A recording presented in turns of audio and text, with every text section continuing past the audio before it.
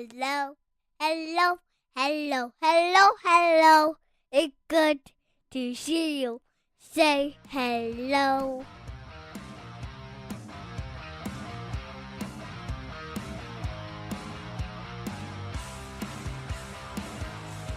Welcome to the Huskies Hockey Podcast. Weldie and Andrew here, sitting for another week recapping Huskies hockey and all things tangentially related to hockey. And I don't know, maybe some random other references in there. Who knows what'll happen?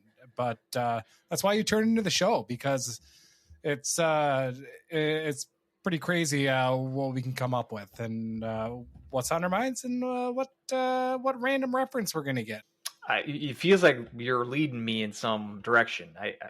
We didn't plan this before the show, so I just want to say that usually I would say Halloween candy, and I could go on a little bit of a tangent about how Airheads now has become kind of a favorite in my household for Halloween candy, which is a little bit of a surprise. But especially Will eat any type of candy, but he's been grabbing the Airheads a lot. But first and foremost, I just have a big announcement. I want to say that the Delmonico has been freed. Hamlin played their first hockey game of the season, and I got the box score in front of me. They played Aurora. This is commitment to the bit right here. Definitely is. Grace Delmonico power play goal. So congratulations, Grace. There we go. Getting off. You've been freed. You get some power play time, and sure enough, you're on the score sheet right away. Ring them up. Yep, exactly. So maybe a year down, and then get her back in. We'll see what happens. What do you think? Well, who'd they play? I want to know if that was an opponent that is formidable, or if we should take that stat line. Nope, don't care. I'm taking all my wins. This is. I'm saying this is a win. So you were right all along. Yes. Yep. Exactly. I meant to say this a couple of episodes ago, but I want to do just kind of a quick shout out and a thank you to all of our loyal listeners. I asked you guys to do some reviews and do some ratings on Apple Podcasts, and we are up to 11 reviews, or I should say at least 11 ratings, and some actual reviews that are very complimentary towards the podcast. Still a perfect 5-star rating, and just want to say thank you to everybody who ended up posting a review and rating us there on Apple Podcasts. I don't know on the Android store or Play Store or whatever you folks have it in Droid land, what it's called, what our rating is in Google Podcasts or whatnot. But it's at least on the Apple side, I'm very happy with the progress, and we'll be a top podcast soon enough. We sure will, and we've got another ticket giveaway this week. More details later. It'll be for the upcoming women's game. You'll get to take your pick Friday or Saturday, November 14th or 15th, and unplanned, unscheduled production meeting. But this idea, it's been on my mind. This whole giving us a rating or promoting our show, I'm gonna incentivize that for the ticket giveaway. So stay tuned. At some point at this show, I'm not going to tell you when, but at some point in this show, there'll be more details on how to enter the latest ticket giveaway for the women's series against Wisconsin upcoming. So stay tuned. Yep. We have, I believe Saturday also is a Phil the Herb event, and the Central Minnesota Riverblades U8 team will be playing during the intermission between the second and third period, and my daughter will be in attendance / my daughter will be playing in that game. Wow. So we'll have a Weldon on the ice at the National Hockey Center, which, I mean, we did also against Alaska Anchorage. with Will out there, but now it's Clara's turn to lace them up. So I at least will be in the building definitely on Saturday. Well, if you didn't have any more incentive right there, my co-host Weldie just gave you that incentive. So again, stay especially tuned because you'll have an opportunity to see half of this podcast, or at least the offspring of half of this podcast, perform at the Herb on the ice. On the ice, exactly. So, and with that, let's go ahead and officially kick off the show. Get this show started. So, we're talking about whiskey today. Whiskey.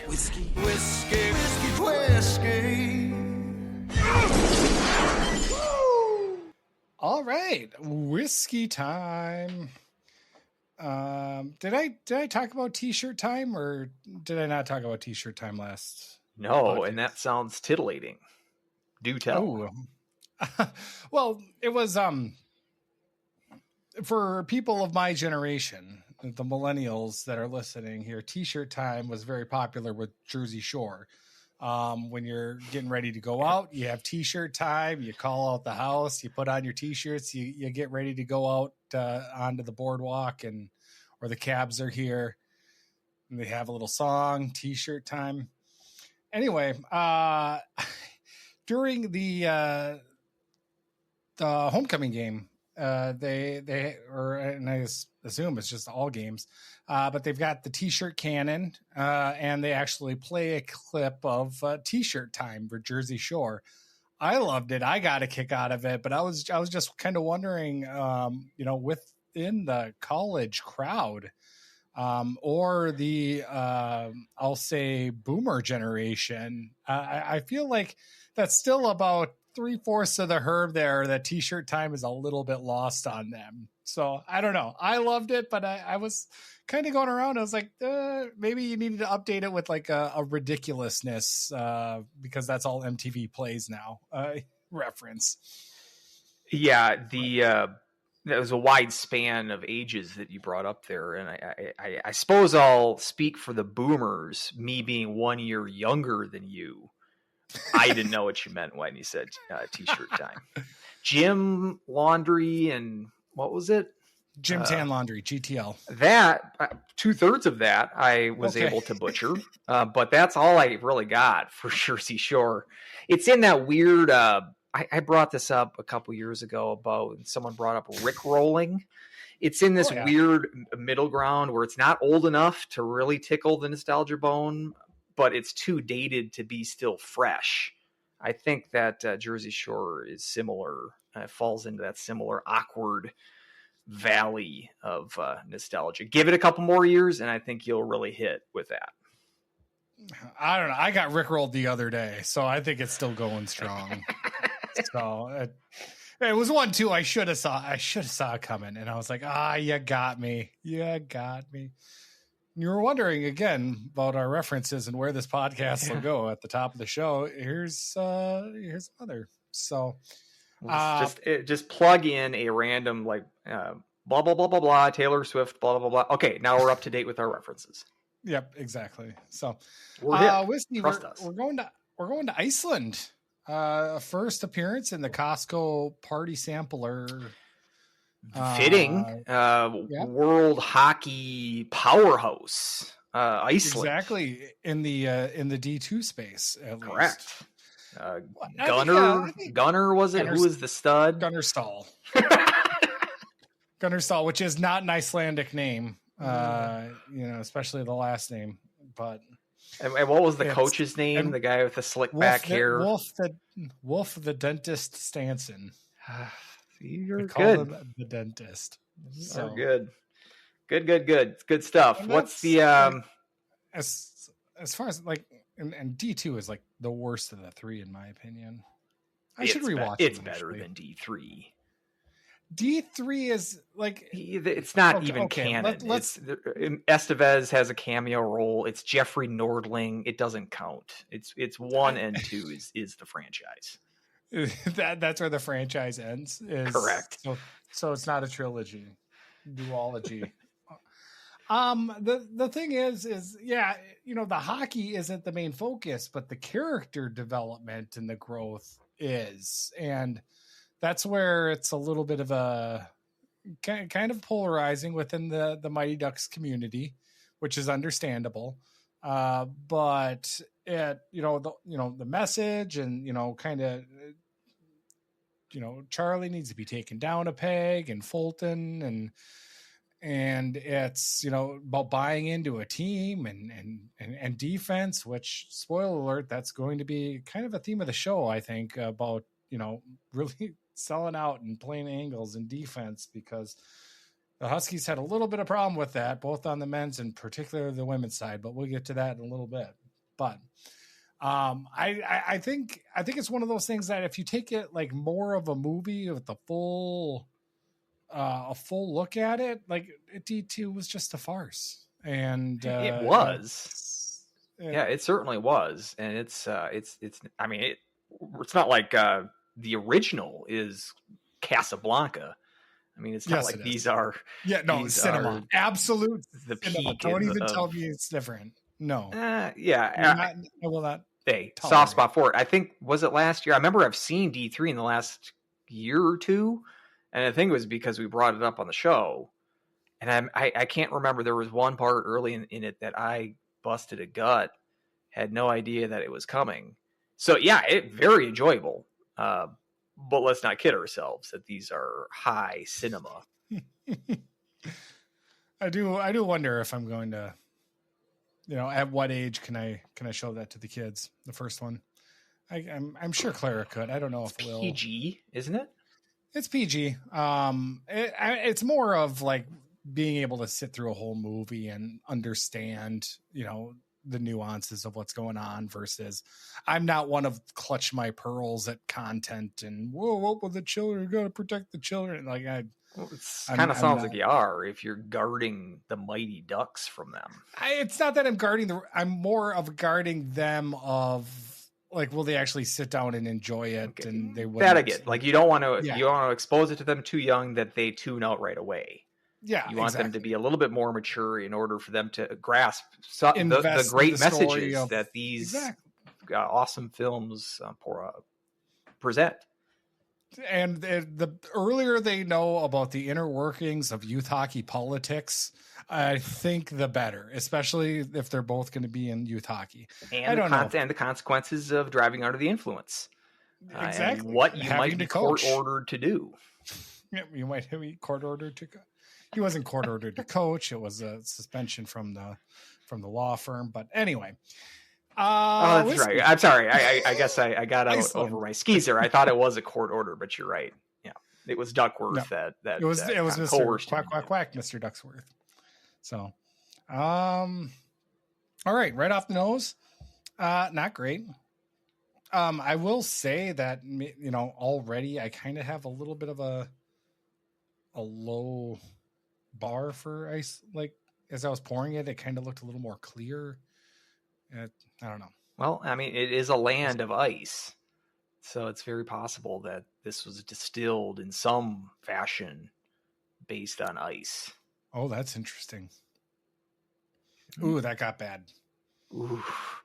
Ooh. For a second there, he thought that he might have hit on something. Like right away, I was like, wait a minute. And then it.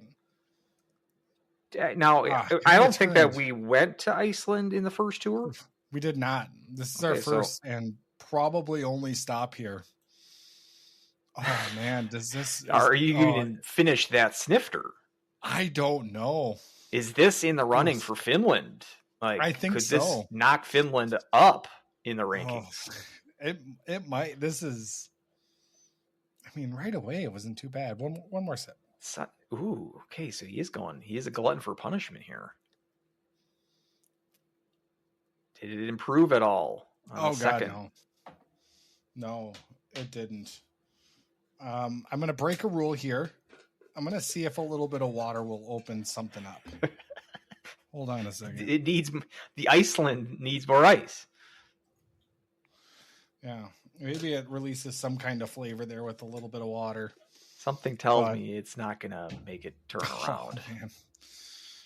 Well, we'll see. What this whiskey needs is some better whiskey.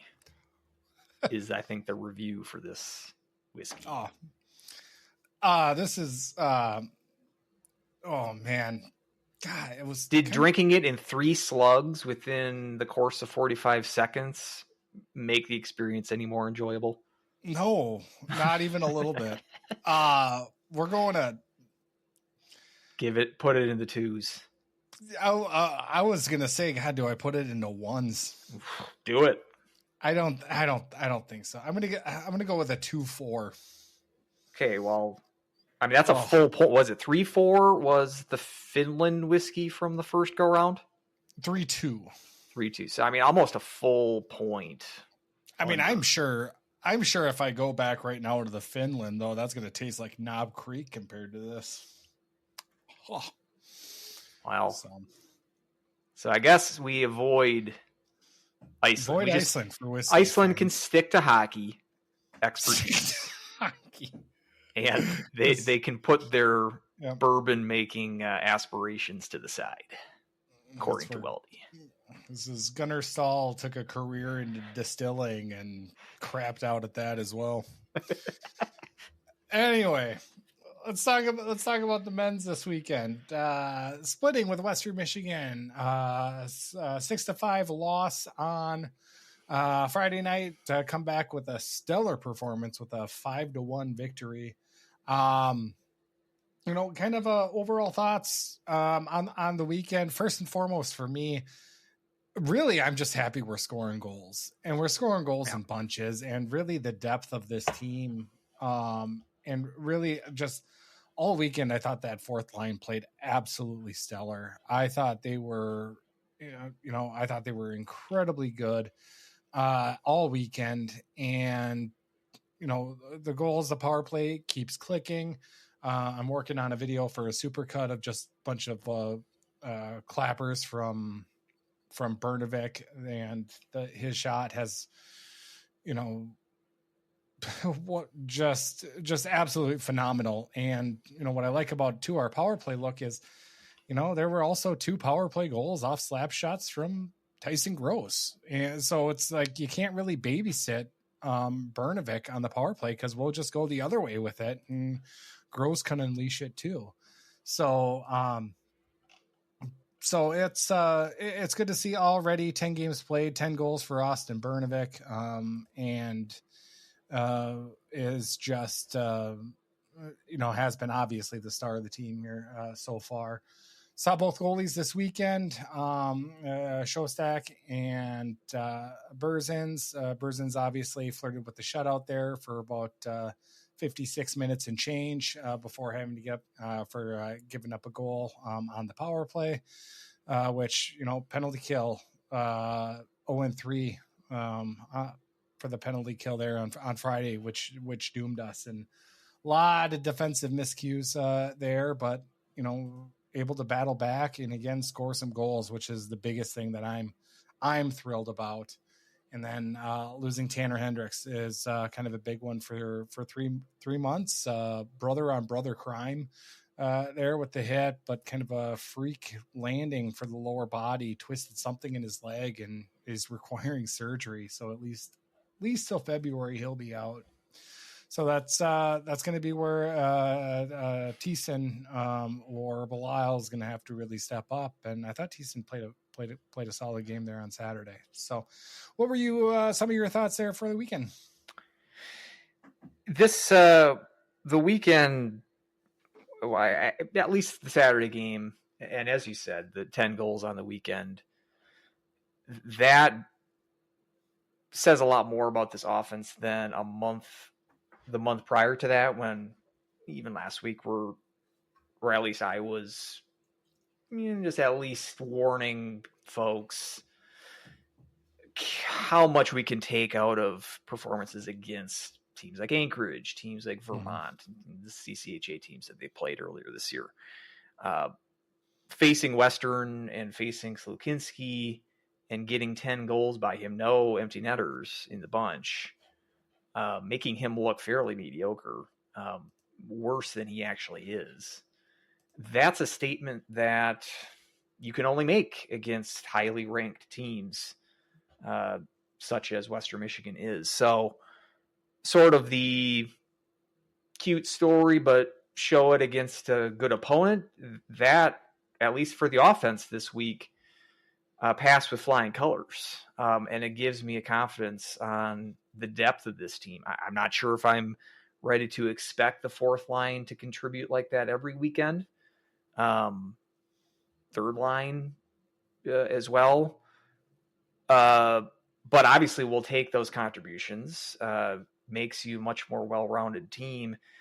And even if it might be greedy to expect contributions from all four lines, fact is the top two lines in this team, I think you can put them up against any team in the conference right now. Bernovic hasn't. Bernovic and Gross. When we get to the preview, correct. The Duluth's in that conversation as well, but the way that not only the Gross is, I mean, the lines always evolve. I mean, Bernovic started this year with Gross, but for the majority of this season, Bernovic has been with Rode and Ernest, which has really opened eyes in the last couple of weeks. And we saw that first goal on Friday with tic-tac-toe play. That's a play that comes with chemistry, and the fact that they've gotten that chemistry so quickly, basically a month or even 3 weeks together as a line, says something about the quality and talent of each of those players. And then whatever line Gross is on. So both Gross and Bernovic have points in every game this year. Bernovic's on a 5-game goal streak. He scored in every game except one, the Friday Vermont game, the overtime loss. And again, that one-timer beating a guy like Slukinski, it validates that kind of shot more so than beating the Anchorage goalies that did last week, for instance. It's a shot that is going to beat the best of the best when it comes to goaltenders. So very few teams are going to have the luxury of putting out 4 lines. That's why, like, those number 1 overall seed years for the Huskies, that was just on another level, getting contributions from all 4 lines. But if we can get elite output by the top 2 lines, we're going to be in good shape. And then, because that forces opponents to defend, especially against those top 2 lines, which then should open opportunities for the bottom 6 as well. And I think that's what we saw this week with the guys like Ryman and Rosborough standing out. Thorson getting his first goal. We talked about him a lot last week. It's so the offense, I mentioned in my latest Cloud coverage piece, right now, if the season is expected to go 36 games, 34 for your regular season, as long as you make the top 8, you're guaranteed 2 playoff games. So we're at 9 games played so far this year. 9 games played? So 9 divided by 36, that's you're 1 quarter through the expected amount of games to play this year, and they've scored 35 goals. You times that by 4, you're at 140 goals, which would put you, last year, that would have put you 5th in the country in goal scoring. Just raw goal scoring, not the average per game. Probably that's, I don't know if I'd expect that to continue a pace for the rest of the year, but it shows you that certainly the 79 goals that they scored all of last year, you're probably going to blow by that. And this is one of the big keys that we saw coming into this year, is not just improving offense, but improving significantly from last year's offense, as it was the worst goal output for any Huskies team in their D1 era. So far, so good. Not only it's exceeding my expectations, especially with the young players like Rode and Ernest showing that they belong in a top 6 role right off the bat.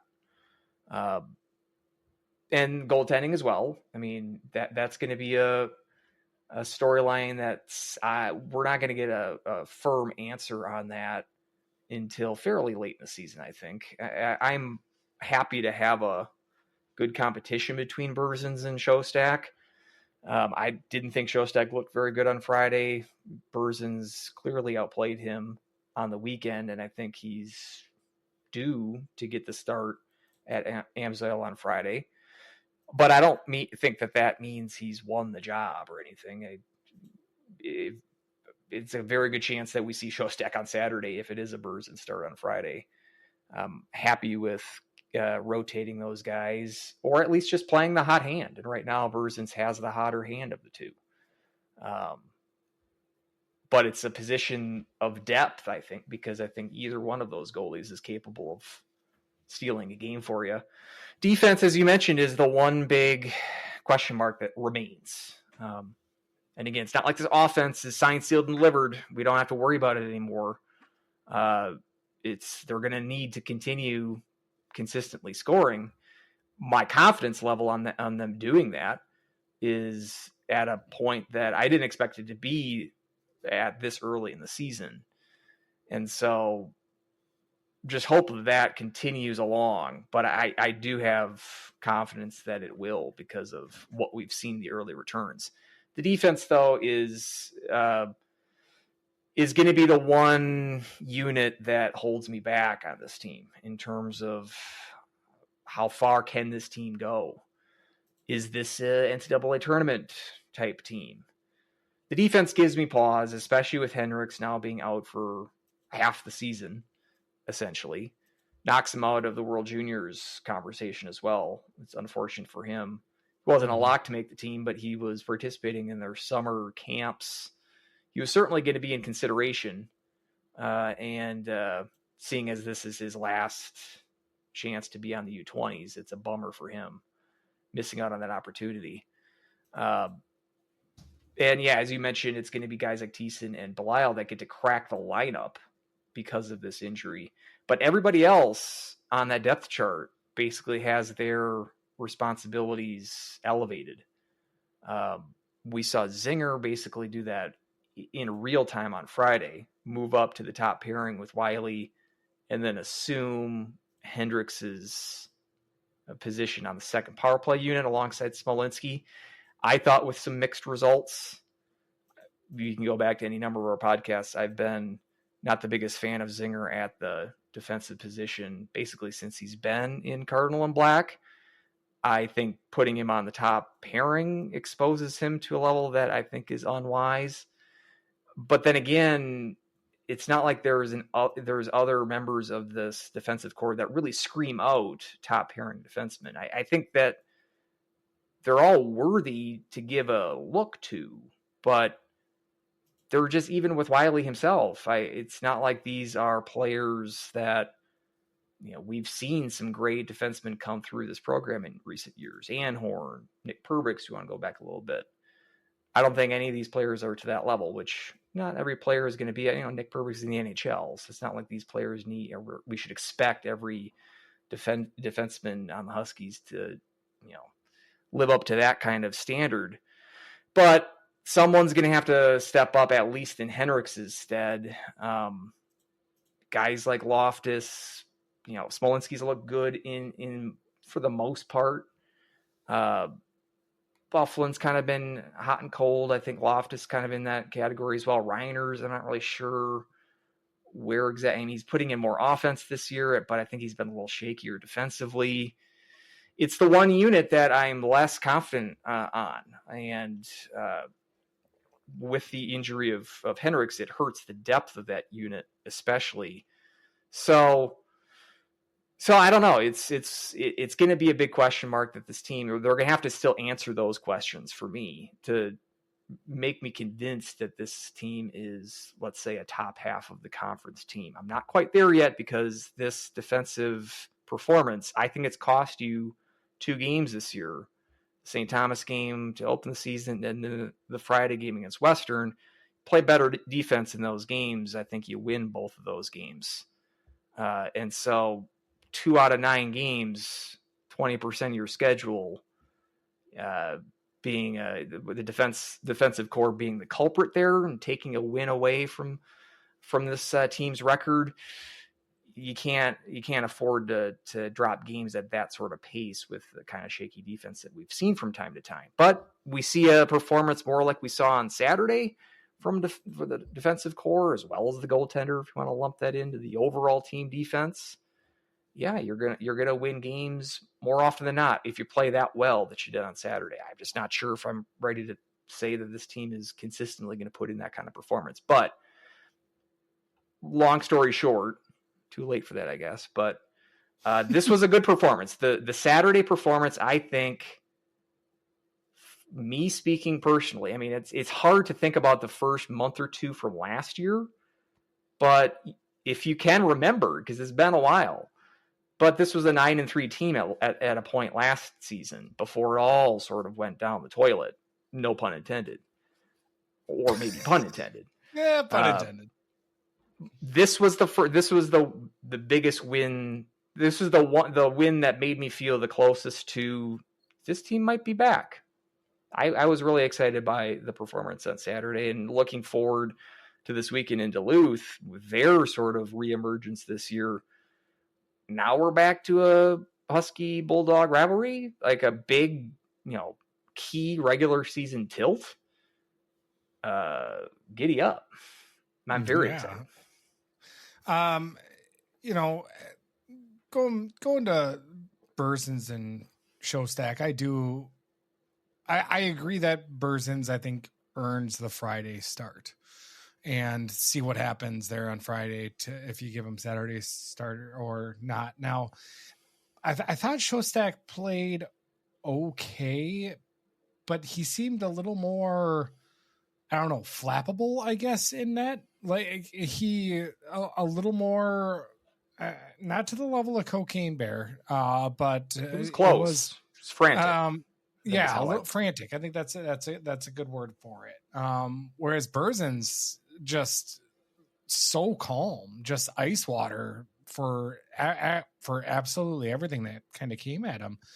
So it's it's nice to see him emergence and having a nice 1A 1B.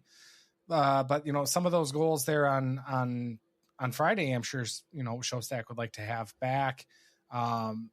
Getting a hold of the puck on one of them. I'm surprised the whistle didn't blow, but let that one play and it pop loose, and sure enough, they were pot that one in. And then there was that screenshot where you go down, you gotta cover your pads through the whole net there, and to have that squeak in far side too. That one was frustrating. So it's the second goal, I think he deflected the second goal in.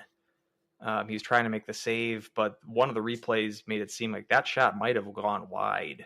But when he was kind of putting his glove out or his stick out to try to block it, I think it deflected in inadvertently. So yeah, he was just too often he was just out of position. I had some screenshots on that article that I posted that wasn't the most technically sound performance from a goaltender in the year 2025. It was more of a flashback to decades past when goaltenders were a little bit which you never want masks. To talk about for goaltending. It's not what they're teaching at the goalie camps these days. But it could have been a nerves thing. You're facing the NCAA tournament champions from a year ago. It's different than facing a team like Anchorage. Although perhaps we should stop dogging on Anchorage, who went into Denver and beat him in overtime. Yeah, right. But still, I think there was a bit of pressure that he hasn't faced yet, and yeah, it's part of the learning process, I think, for a young goaltender like that. And again, when we have these conversations talking about like Berzins is a sophomore who had two starts of NCAA experience last year. Not like he's the grizzled vet. They both are quite young as goalies go at this level. But yeah, we're not even remotely done seeing Showstack. One game performance isn't the be all and end all, especially at this point in the season. We've just turned the page to November. Way too early to crown one guy the number one starter. But it's at this point, the competition, the results of that competition is basically one game at a time. Who's going to play that next game? Showstack's had the one weekend to himself this year, the Vermont weekend. But the other weekends, at least that you play the two games, it's been Showstack on Friday and Burzins on Saturday. Like I mentioned last show, maybe the show before, give Burzins the chance to start on a Friday so that perhaps he gets an opportunity to play both games on the weekend. But it's not like you need to make a decision now and run with the guy. It's way too early to do that. And I think you're still in the mode of trying to develop both of these guys into the best goalies they can be and whatever is in the best interest for the team. And I think at this point, competition between the two of them is the healthiest solution. So, yeah, expect to see Burzins. I would be disappointed if I wasn't, because then I feel like maybe we don't really have a competition. Maybe it is more Showstack's the 2/3 guy, and Burzins is going to be maybe our, the once every 4 games kind of starter, something like that. It would indicate to me that there is a plan that doesn't really take into effect game by game performance. I'm not expecting that. I would be expecting Burzins in net on Friday. We'll see, I guess, how that shakes out. But I'm just happy to see that both goalies are they're both long term committed, and I think that the coaching staff is as well. Just happy that Burzins was able to play so well that he did on Saturday. He had to make some big saves. There was a breakaway in there. Mm-hmm. I mean, the game kind of got out of hand in the third period, but most of that game was tight. Burzins had to come up big, and he certainly stepped up to the task. Yep, definitely did. But yeah, in looking at the Minnesota Duluth Bulldogs coming up, and their top line of the 2 plants in Shagabe, that's going to be kind of the big test for our defense, especially at Amsoil. They got the late change. Sandilands can kind of play with the lines maybe a little bit more and put who he wants out there against the defense. So that's going to be kind of a big test, and that's where Wiley, I think, is going to have his work cut out for him. And who you pair with Wiley, and this would have been a great weekend for Hendricks to really learn and see what it takes in the NCHC. But it's that's where I'm just a little bit worried about. And obviously our penalty kill still looking a little bit rough. Now you're going up against, the defending national champions, but at the same time, they're missing some players too that were key at that run, and the fact that that the power play or the penalty kill still was seeing these types of issues. It's something that I think needs to get straightened out, and you kind of think going up against a good power play in practice, you'd kind of have a little bit of an edge on your penalty kill, but that seems not to be the case here so far. So it's, penalties can just play such a big, important role when it comes to some of these games. And, the late, the instances of just the late power plays that end up into the back of the net costing us this game, I don't want that to become a routine. And, that lack of response, that we had, you just kind of felt that there on Friday that was going to happen. It's like, God, they're perfect on the power play, and they got a chance here, and sure enough, they end up, and that one kind of, not to say slips through our fingers that we would have won it in overtime or anything like that, but just to force it to overtime, I think would have been, good, show a lot for this team that was able to battle back from, multiple 2-goal deficits. So, but, I'm happy to see the offense really kicking back or coming back strong. And, you said, going back to the last year at this time, it's, it does feel a little bit different. It feels a little bit more, that we've got the offense that, we, like I said earlier in the season, it feels like we look faster. And I think once those passes really connect, we're going to be a tough team to beat. And we just got to keep all these cylinders firing. And I really like our chances as long as we don't hit that speed bump like we normally do in February. It's a long way till then. Let's just enjoy the non-February months because that's true. And this year they have because of the 9-team league, someone has to have a bye on the last week of regular season play, which is the last week of February this year. And St. Cloud has that bye, so they play one less series in February this year than they normally would. So keep that perfect. We've got a scheduling quirk in our benefit in that regard. I agree. It's a good point that you made with Western being a little shorthanded. Because on Saturday, it's like the team looked fairly mediocre, Slukinski aside. But do keep in mind, Univaisinen, who I think is their best defenseman, he was out. Zach Sharp, another one of their defensemen, one of their better defensemen, was out all weekend. So, I mean, and St. Cloud was missing Henricks. Ty Henricks missed most of Friday as well because of that hit. So, I mean, their D-core was thin this week based on those injuries / disciplinary actions. So maybe we didn't see the best Broncos team. We won't see them again this year unless we meet up in the playoffs. Playoffs? But, what talk about? Playoffs? They looked a little mortal, but perhaps we caught them at the right time. I do think that they're going to be in decent shape coming up. They've got a big series this weekend against Denver as well, who's another kind of a weird team this year. A lot of parity, not only in the NCHC, but nationwide. Any team can beat anyone on any given night, as it seems. So, but yeah, I agree with you raise the floor, you raise the ceiling. That's right.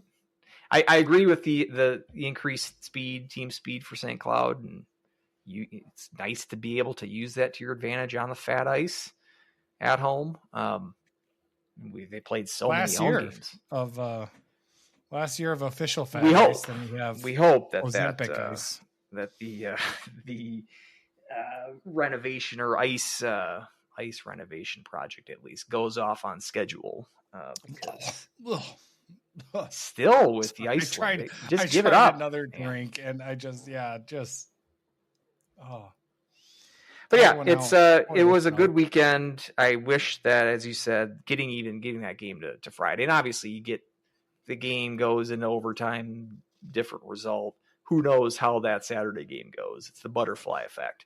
Can't just assume that the Saturday game would have been the 5-1 result, no matter how the Friday game would have ended up. But I'll take the convincing win. It's caused me to buy into this team more so than the results that we saw in the rest of the October schedule. It's just good to see, and it's made me more excited for this team, and I feel like the fan base has responded as well. We tend to get more listeners when this is a relevant team. So we're happy for the Huskies because I think that the community responds and our listeners respond and everyone's happy. So we want to keep it up. And keep those ratings coming. So who is your POW? Again, a lot of worthy candidates. A lot of multi-point. Yeah, and I mean, guys that we've given POWs to already before this year, guys like Brnovic, who, I mean, if Brnovic stays on this pace, he's going to put himself in a Hobie consideration. He's going to put himself into NCHC Player of the Year consideration. He's going to be in contention for scoring titles. Where is he nationally in terms of goals scored? Let me just see here. I think one of the Penn State guys was ahead of him. Yeah, tied for second. Tied for second, right? 11. JJ Wybush from Penn State's got 11, and so Brnovic is tied with Will Horkoff from Michigan, both at 10. So just three guys in the country in double digit scoring so far. How many games have they played? Everyone, all of those three that I just mentioned, Brnovic, Wybush, and Horkoff, all played 10. mean, Michigan's played 4 Atlantic hockey teams in that slate of games. Penn State's played Stonehill and Long Island. Again, St. Cloud's played Anchorage and Vermont. So maybe some feasting on some easier schedules, relatively speaking, with each of these players. But you're right there on the doorstep, the nationwide lead. That doesn't come by accident. And the way he's doing it with these one-timers, I mean, I'd like to see your finished product of your hit list with these, because it's impressive. We've only played 9. We're 6-3, right? We've only played the one St. Thomas game. You're right. Yeah, I just did the 9 thing. Yeah, in the CHN. Oh, go figure. CHN's wrong. Yeah, way to go, Woden. Way to Woden. Let's just make sure that I'm. Yeah, it's weird. So in his individual stats, it says 9 games played, but in the stat page, if you just sort by goals, it says that his games played is 10. That makes me want to double check Wybush. Yeah, he's at 10 games. And where's the other one? Horkoff. Yeah, he's at 10 games. So I don't know, Woden. You got a bug there in your system. So shocker. So I guess based on, Wybush has 11 goals in 10 games, but so Brnovik with 10 and 9. It's too much math for me. But goals per game, he might have the actual edge, or at least it's very close. In any case, my point is Brnovik is not just doing the job for the Huskies, but he's putting himself on the national stage. He's putting himself on a fast track that this will be his last collegiate year. That's true. Which I'll take it if that means a 30-goal year. If that means a Hobie season out of him, I'll take it, yeah. It's the nature of modern college sports. You put up a superstar performance like that, this is what happens, Larry, as John Goodman says. So I'll take it. Find a stranger in the Alps. If that's the result of it. So, I mean, again, the Gross and Hall, yes, Gross scored on Friday, and Hall, that might have been their worst performance on Friday night, even with Gross's goal. Yeah. I mean, Hall took the penalty that led to Hall taking the penalty, and I think also on the goal right after, I think he was the one that turned the puck over. Well, there wouldn't have been a goal after he took the penalty when they scored the power play goal. No, not that one. There was no goal after that. After Ryder's goal? I think Gross had a turnover as well. I think that might have been all told. That might have been those two players' worst game of the year. Which again, they've been multiple POW or nominees or recipients this year already. So yeah, you're allowed to have an off game, but I thought they both had good responses, like everybody else did on Saturday. Back very well on Saturday. I can't really give it to a member of the defensive core for the reasons that we've stated already. Goaltenders, Berzins is worthy of the conversation, but just playing in the one game, I think it's going to have to be Jack Ryman for me. And that should, I mean, I don't say that lightly. I'm someone who kind of holds the fourth line's feet to the fire a little often. It's not out of hatred. It's out of sometimes a frustration. A lot of that is Larson, and even with the Friday games I wrote about in the article that I posted, I thought getting too much action, not to the fourth line as much as the third line. Damon Gardner has been really struggling this year, and they put him on the center position. I would hope that experiment's going to end here with Werner Miettinen getting healthy. Yeah. It doesn't seem to be working for Gardner at this point. And they moved Thorson off that line, put him with Gross and Hall on Saturday, and it resulted in his first goal of the season. So, interesting. Again, Thorson talked about this On last one year that was as well. completely planned, I'm sure. Yeah. That's a Thorson type goal. It's a clever. That's kind of what they were trying to do he was trying to do on that Bufflin goal on Friday night. Kind of, and I was like, just shoot the puck, man. You're trying to be a little too clever, but yeah, he's got that kind of cunning and guile. But we saw this last year, him sort of moving around with line mates last year. Remember, you were like, why are you putting him with Ports and Salquist? It's like it's purgatory on this team. Maybe him playing with Gross and Hall will prove, maybe that will be the unlocking of Thorson. But putting him with Gardner at center and then Ashan on the other wing, I don't think that was necessarily working.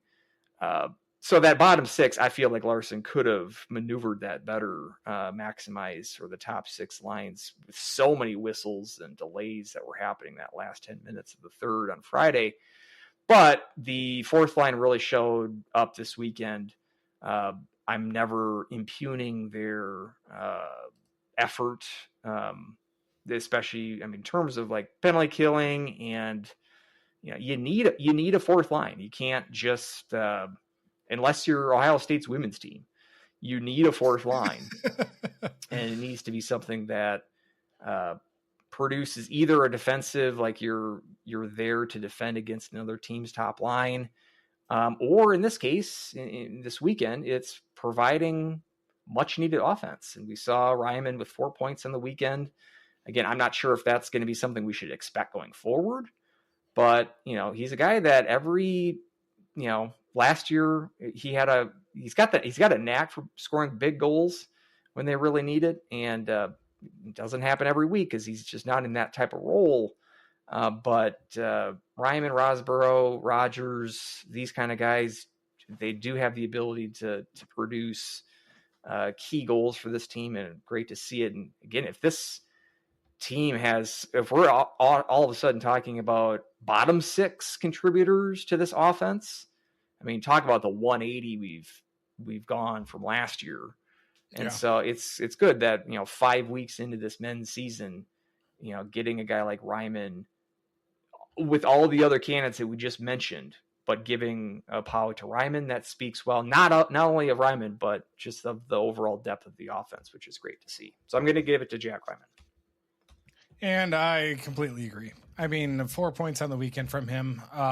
It was, like I said, I think that fourth line was just stellar all weekend. And to see them put up some points, the goals that they did, also the passing that they had, the puck control, I thought they were a buzzsaw out there.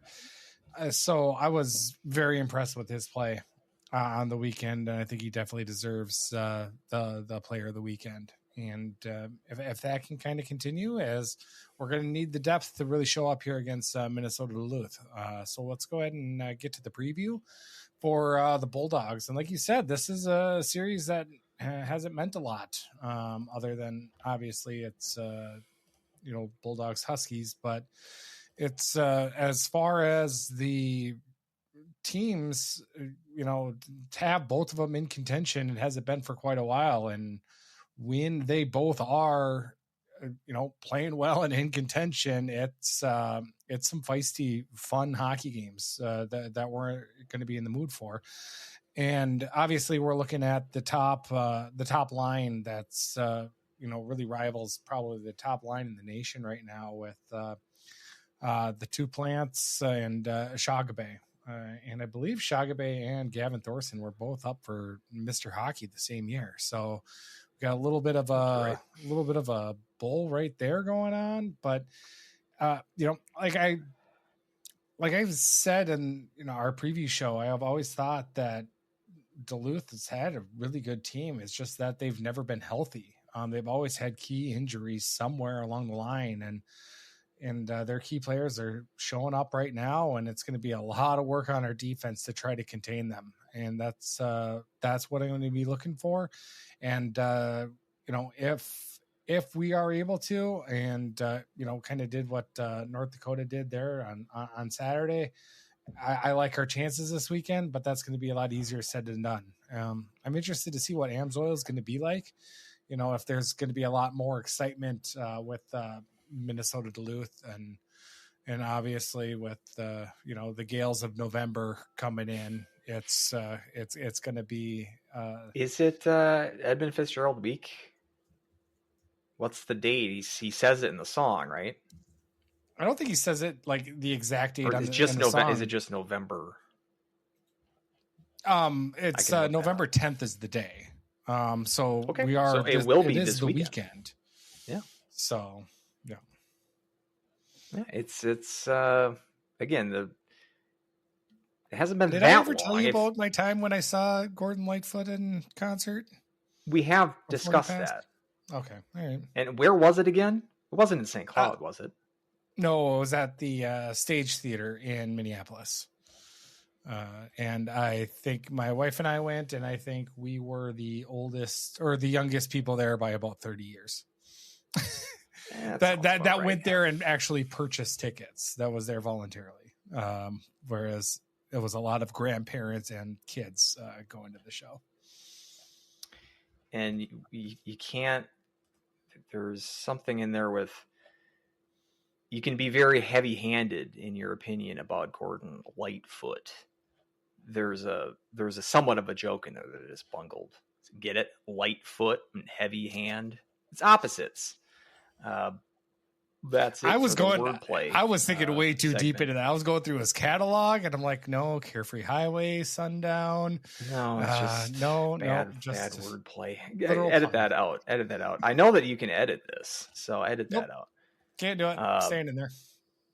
So it's Edmund Fitzgerald week. Yeah, this is the weekend, right? I think that's the date that the ship sank. Yeah, it feels like it's been longer than 3 years since these two teams met in the playoffs, and these were high profile, always high profile games between these two rivals. Two couple of down years will do to a rivalry, but I think this will quickly reignite said rivalry with, like I said, I think a pretty important early season tilt here between two teams that are in a similar spot. I think Duluth's obviously risen their profile more than the Huskies have, just based on, I think it's a lot of it is based on, they swept the Gophers, even though how good are the Gophers? But I guess when you go down to Mariucci and win a couple of games, no matter the quality of the team that plays there, that's going to turn heads more so than sweeping Anchorage at home will, for instance. But that top line, I would, at least in the West, I guess I haven't checked in on the Hockey East powers to the extent that I have the Western schools. But at least in the West, I think it's the best line in this half of the country, and it's got a good case to make as the best line right now in the nation with the Plants and Shagabe, as you said. Though, do they have a second line? Like, you're the one that always says one line team, and you would have said you were saying that with like the Denver teams that would win natties. So, I mean, Ty Hansen's there at fourth in points, and he's a defenseman. I mean, their second line is, Scott Truman, who? Callum Arnott, what? They're really not getting much offense except for that top line. And I think North Dakota might have keyed into something, a secret of beating this Duluth team is you shut down the top line. Mm-hmm. You get a little offense past their defense and goaltender. That's a recipe to beat teams generally, and particularly a team that doesn't have, at least at this point in the season, doesn't have the scoring depth that beyond that top line. But that is a hell of a top line, one to be reckoned with for sure. And I think another key too is Adam Guyon, who's that goalie that I didn't mention by name just now, but had a lot of hype coming in last year. Second round draft pick from the Blackhawks, and kind of turned in a clunker of a freshman year. But he's rebounded this year with a solid start. to his season so far this year, putting up above average numbers. If that's going to hold for Duluth. And again, this is a new kind of fangled Duluth game plan. We're usually used to them being built from the back end out, goaltender and a strong defense, and we're kind of just getting a modicum of offense, winning the 2-1 type games that we saw so often in the NCAA tournament, getting goals scored off the butt cheeks of Bowling Green players. But this now is a team seemingly built on offense, and at least built on this top line. As you mentioned, I think the key to the weekend is what you mentioned, is St. Cloud's defense against that top line. And then secondarily, the goaltender situation with the Huskies. We seem to be in agreement that we're expecting Berzins on Friday, but I would not be shocked to see both goaltenders appear this weekend. But again, Zinger was the Friday solution to substitute for Henricks, and you got Wiley. Who would you put on a top pairing with this team? I guess we'll assume that Wiley is going to be part of that, but you don't need to. But like in terms of top pairing, and again, you mentioned it's a road game, so you don't have the luxury of last change, and defense pairing up against top lines can be a little tricky as well. But just in your ideal world, which two defenders are you throwing out there for the Huskies when you think that the plant line is on the ice? Like, who's your best line of defense for this Huskies squad? I mean, that's all, and that's the $1 million question I think Larson's got to answer is who do you think is the best? And if I were to pick in my, right off the top of my head, is I would probably put Reiners out there on that side, opposite of Wiley. Reiners with Wiley. Yeah. So that's kind of what I would think as, try that out for a period and kind of see what happens. That is, I think Reiners is the one I think is the more, I think, steady when it comes to defense and defensive coverage in the zone. I feel Zinger can kind of get out of place. You can, Smolinski I like as well, but I don't know. I don't know if I trust him in that top pairing role quite yet. So Reiner's is the one I would give there kind of as the nod, but it's that's going to be kind of the telling, and I think that's going to be kind of where the weekend goes. I would tend to agree. I think that, you're looking at this roster of defensemen. Reiners is really the only one that stands out to me as like a stay-at-home type defenseman. Mm-hmm. Yeah. Which is kind of not ideal. I love offensive defensemen, but I think you need a little bit of a mix. And I think the reason that Larson has avoided matching Wiley with Reiners so far this year is because having Reiners alongside another one of these more offensive-minded defensemen, like he's been with Zinger a lot, makes more sense, because if you're not going to do that, then Zinger is going to be paired with another kind of offensive-minded defenseman, which might spell trouble. So, like of this roster right now of defensemen that I'm looking at, is Loftus like your next best stay-at-home type? I would put him more in that camp than Bufflin. We've seen the best parts of Bufflin seemingly are when he jumps into the play offensively. Kind of created that goal with Thorson on a good intercept of a pass. Defensively, I think he can tend to be shaky. I guess I would probably say Smolinski would be my other option, or he'd be my number two if I'm going to put him alongside Wiley. I think I would agree with you that I think they were paired Saturday. Yeah, I think if the main task is simply to shut down that top line for Duluth, Wiley and Reiners probably gives you the best chance to do that.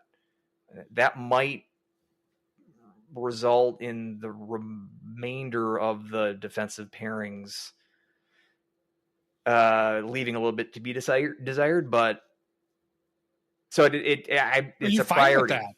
I think so. At that point, just let depth beat us. Then, if their bottom six beats our bottom six, then they deserve to win, hands down. If we're able to shut down that top line, I think that's what you got to just key in on. Have we heard anything about Miettinen as well? Because I haven't, and that's probably I should do a little bit more research. Well, I've got the St. Cloud Live subscription now. It set me back $2 for a 6-month subscription. So I'm trying to keep up with the with Hatton's write-ups, and you've got the whole Grand Forks, you got the Bemidji, you got a bunch of papers there also. So right, I'm definitely keeping up with my Bemidji area, my Beltrami County Pioneer. Recorder. Yeah. The Sox Center Herald, I think, as well. The Sinclair Lewis Times. So I feel like we haven't heard much about him, but I always thought that the injury with him when it was inflicted wasn't going to be something long term. If it was something like a Hendricks type injury, we would have heard, buckle up, it's going to be months until we see him again. I mean, it's to the point where I've kind of forgotten about him, which is a shame because, like I'm mentioning about Gardner, like him sort of fumbling at the center position, slotting Miettinen as a third line center. Like I'll put that third line up against certainly Duluth. So it would be big if Werner came back this week. I guess we'll see on Friday, unless we can hear from the grapevine the status of that injury coming into this weekend. I mean, Aiden Welch as well is hurt. We're kind of fighting it with center depth, which is kind of forced Larson's hand to try guys like Gardner up the middle.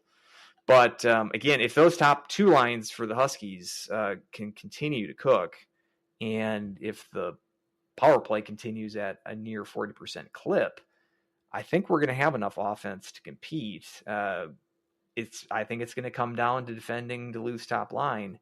That's going to be the key matchup, and I guess we'll see how it all shakes out. But again, in terms of an exciting NCHC kind of matchup, this is the first in probably like a calendar year since we've had something of this hype. And really excited to see it. And this is it's a month now. We've had the month of October and 1st of November here. We're a lot of home cooking for St. Cloud. You got to know the Herb very well. But now you're going to be learning the bus rides pretty well as well. You're not going to be at the Herb until December. So the rest of this month is all going to be on the road. So especially with these young guys, just had the one road trip, the brief one at that. I don't know, I would doubt they even stayed in a hotel in Bemidji. So this is, you get to know your teammates a little bit more when you're on the road and spending nights in Super 8s. Some character building is afoot. And so it's more of a challenge being away from the home. Rented out Fitkers in. Well, it's the time of the season with the Fitzgerald days. They've got some sort of talent festival. I mean, that's all. I'm sure. Prices there probably for this weekend at the pier, I think, right. Is would be kind of. I'm excited. This should be a fun series between two teams that I think again are in a similar spot where they're not like for sure commodities yet. There's still plenty of doubt with both teams, but this is a weekend where at least one of those teams has the opportunity to put some of those doubts to bed and make a statement, make another statement like St. Cloud did last weekend against Western Michigan. Put that on the road against a team like Duluth, which probably has a little bit higher of a profile this early stage of the season. Mm-hmm. Again, with the nature of the NCHC this year, I think we're seeing, with the amount of parity we've seen nationwide, perhaps as a result of the CHL expansion or influx of players that are just spreading the talent around a lot of teams. We've seen like the rise of Miami, who are ranked in the USCHO poll now. This is a league that seems to be at least better than it was last year, and a lot of parity nationwide. As a result of that, I think splits in conference are going to be fine. Like whoever wins the conference can't just settle on splits. Someone's going to be sweeping series here. But in terms of putting yourself in position for NCAA tournament consideration, especially on the road, a split I think would just be fine. Obviously, it's good to be greedy, but especially St. Cloud has not won at Amsoil in years. It's a 6-game losing streak there, so 3 straight sweeps for Duluth against the Huskies there. So it's kind of become a house of horrors for St. Cloud. So I would be happy with a split. I think it would be maybe greedy to expect more than that at this point in the season. What are you thinking this week? And I'm thinking a split will be fine, and I think they're going to get it done, and I'll say the Friday game is when they win.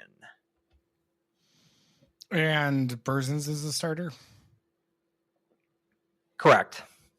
Okay. I mean, yeah, it's probably boring to say split, and probably more boring to say 3-2 split from the old us show days. Yeah, I think split, because there's a lot of similarities between these teams as well. But the thing that also I'm kind of going back on is obviously their top line against our defense, but looking at these special teams, obviously our 39.5% power play, but our penalty kill 71% right now. And Minnesota Duluth's power play is at nearly 30%. So that's clicking as well. Yeah. So, I mean, if we're a man down going up against that line, that's a kind of a recipe for disaster. So you get rid of the timely or the costly penalties at bad times. I really like our chances, but I just have a feeling one of those is going to bite us again.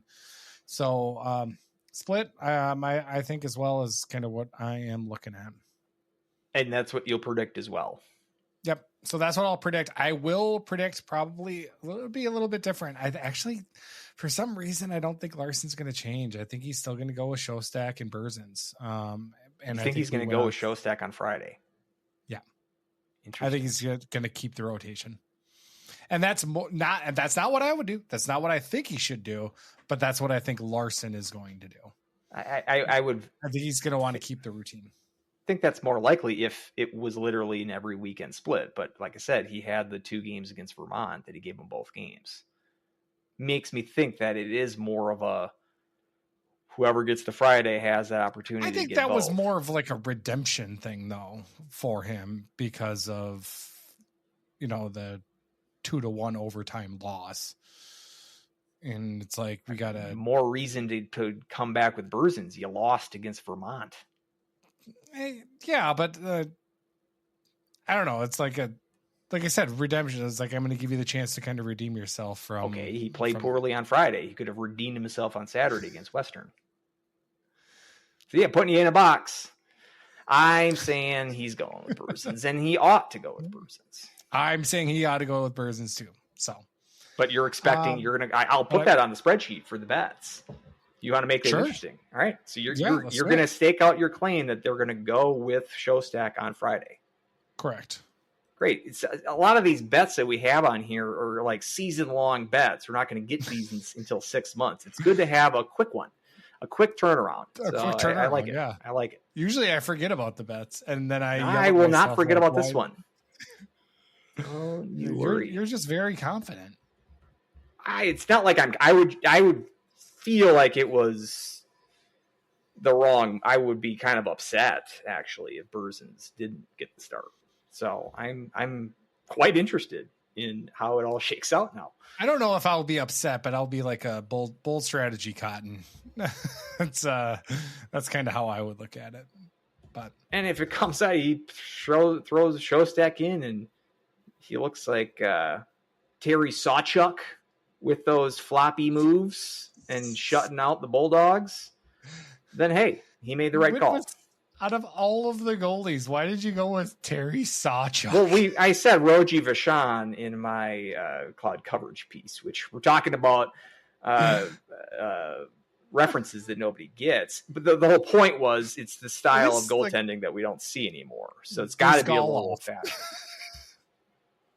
Brizgalov is like Patrick Waugh in comparison to the guys that I was thinking of. The stack in the pads, the guys the goalies that goaltended when they didn't have to wear a mask. Oh, that's gotcha. the kind of goaltenders that I was kind of thinking. Okay, you're going for. I got it. So, all right. We got another Bulldog team to talk about with the Huskies and the women's team. But you said that we're going to do a giveaway. We are. Again, with no men's game until December. The women, I think this is their only home game until the second half. Let's pull up their schedule here. Yeah, so they're not, after next week against Wisconsin, they're not home for a game that counts. They have an exhibition game against St. Thomas to start the new year, but they're not home until January 9th. Against Ohio State. So both teams kind of have long breaks in their home schedule, but want to throw the women into our ticket giveaway bit that we're doing this year.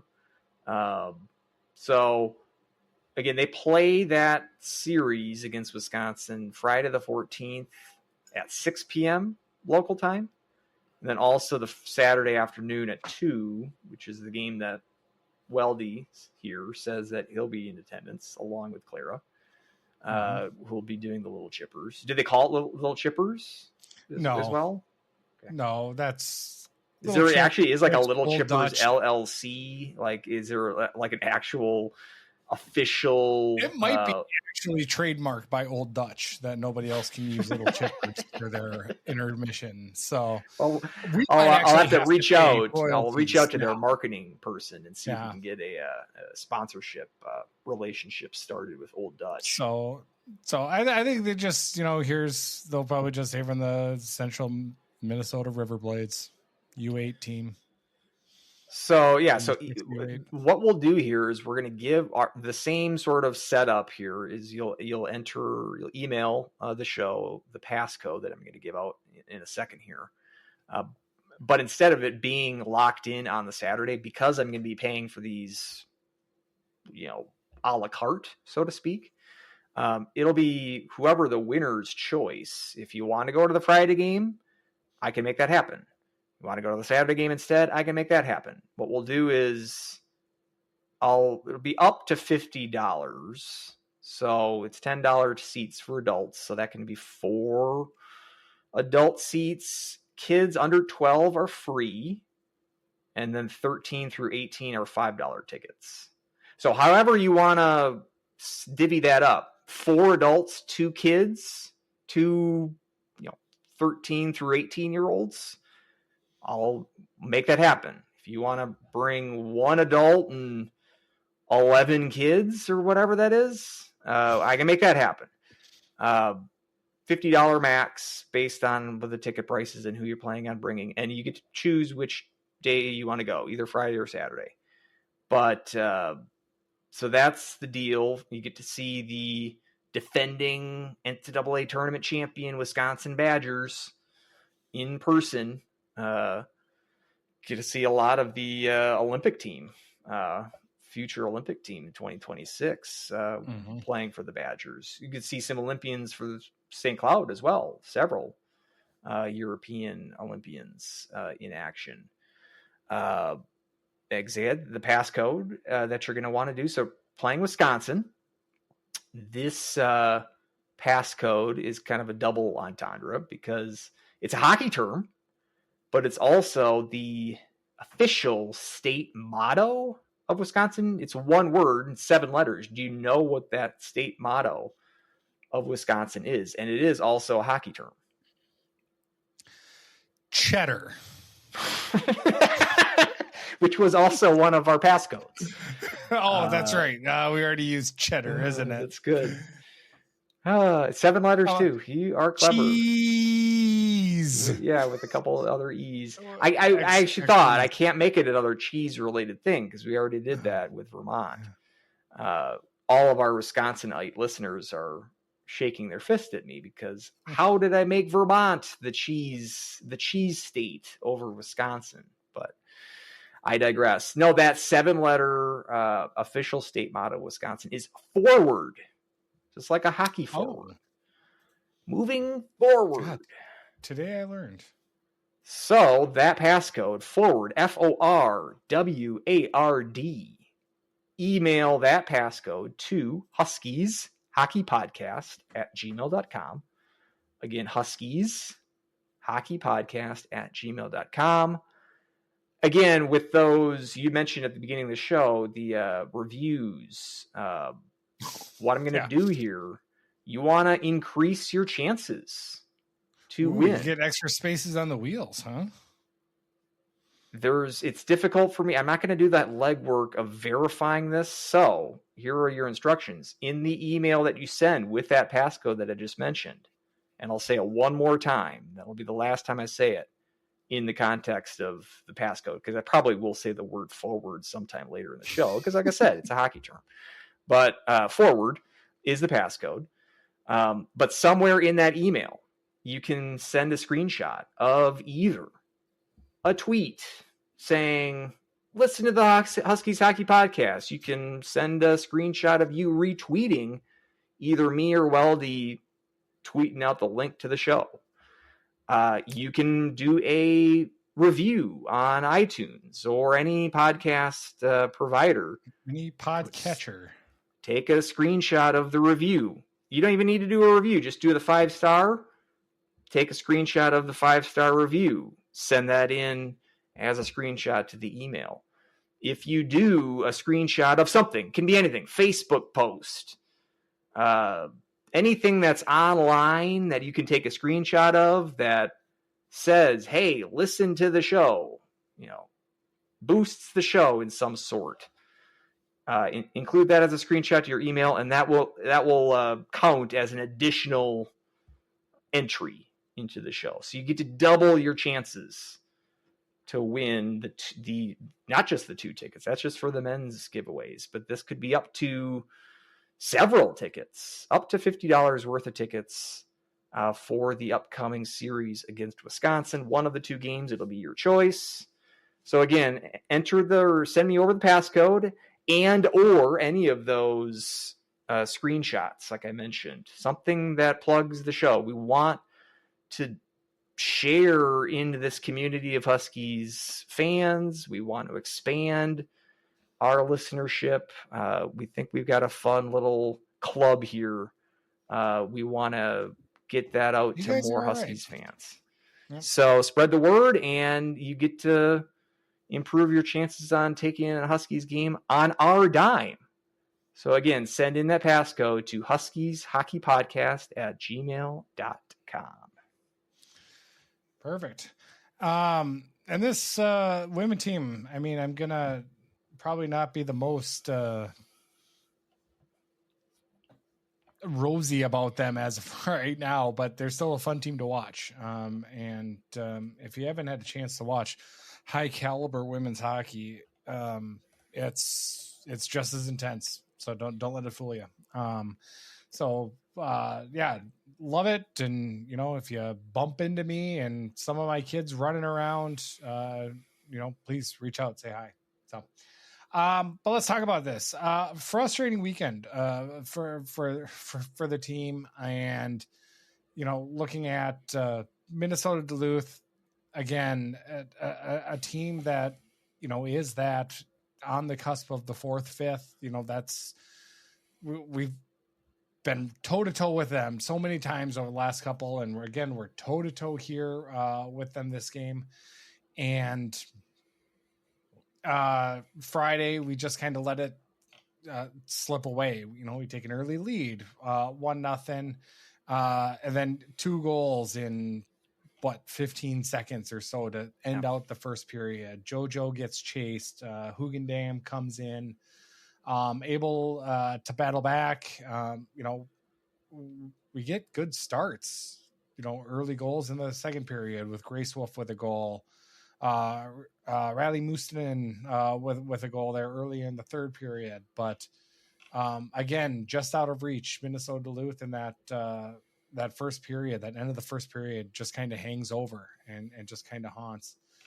And then then on Saturday, it was, kind of a similar story where we're able to get on the board first, but the momentum kind of swings back the other way, and a little bit of a woe was me, and you hear that again, and then it's 3-1 there in the third, and you kind of think, again, it's just going to be kind of out of reach. But that third period, some of the best hockey I think the Huskies have played, really putting on some of the pressure. Peyton Remick gets her first goal in the Huskies sweater, and early enough in the third period where I think we got a chance here.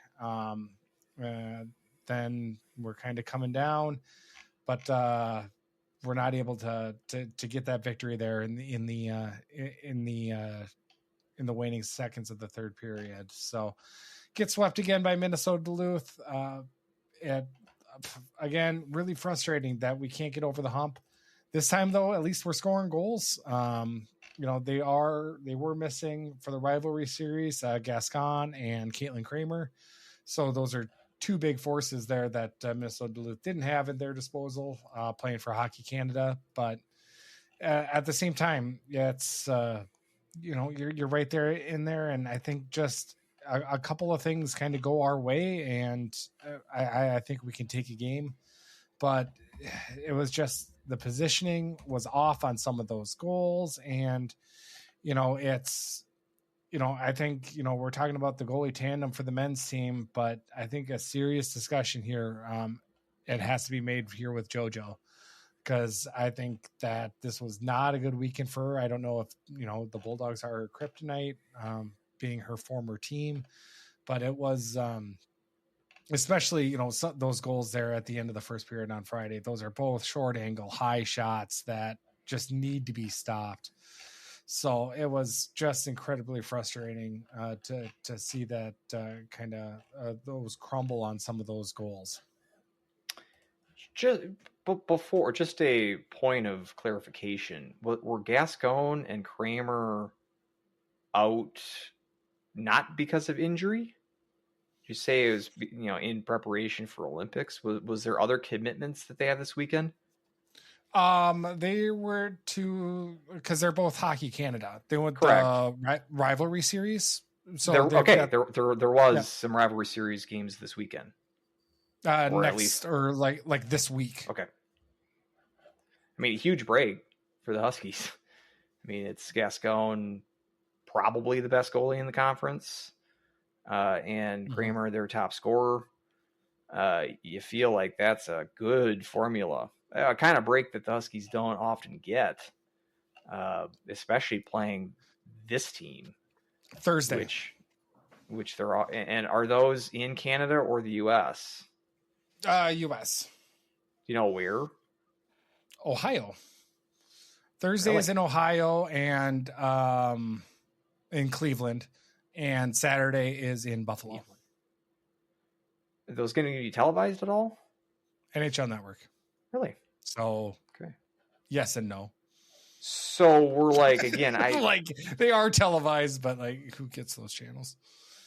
NHL Network. I wonder, did that knock out players like Harvey for Wisconsin? And again, was it last month that they announced that the World Championships are going to be moved to November starting next year?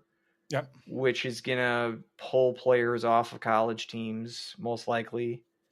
I mean, not ideal in terms of, I don't know, I hate growing the game kind of is somewhat of a cliche, but when it's taking players, it's in the middle of the college season, but that these games are high profile as well. NHL Network, as you mentioned, it's not nothing. It's close to nothing, but it's not nothing.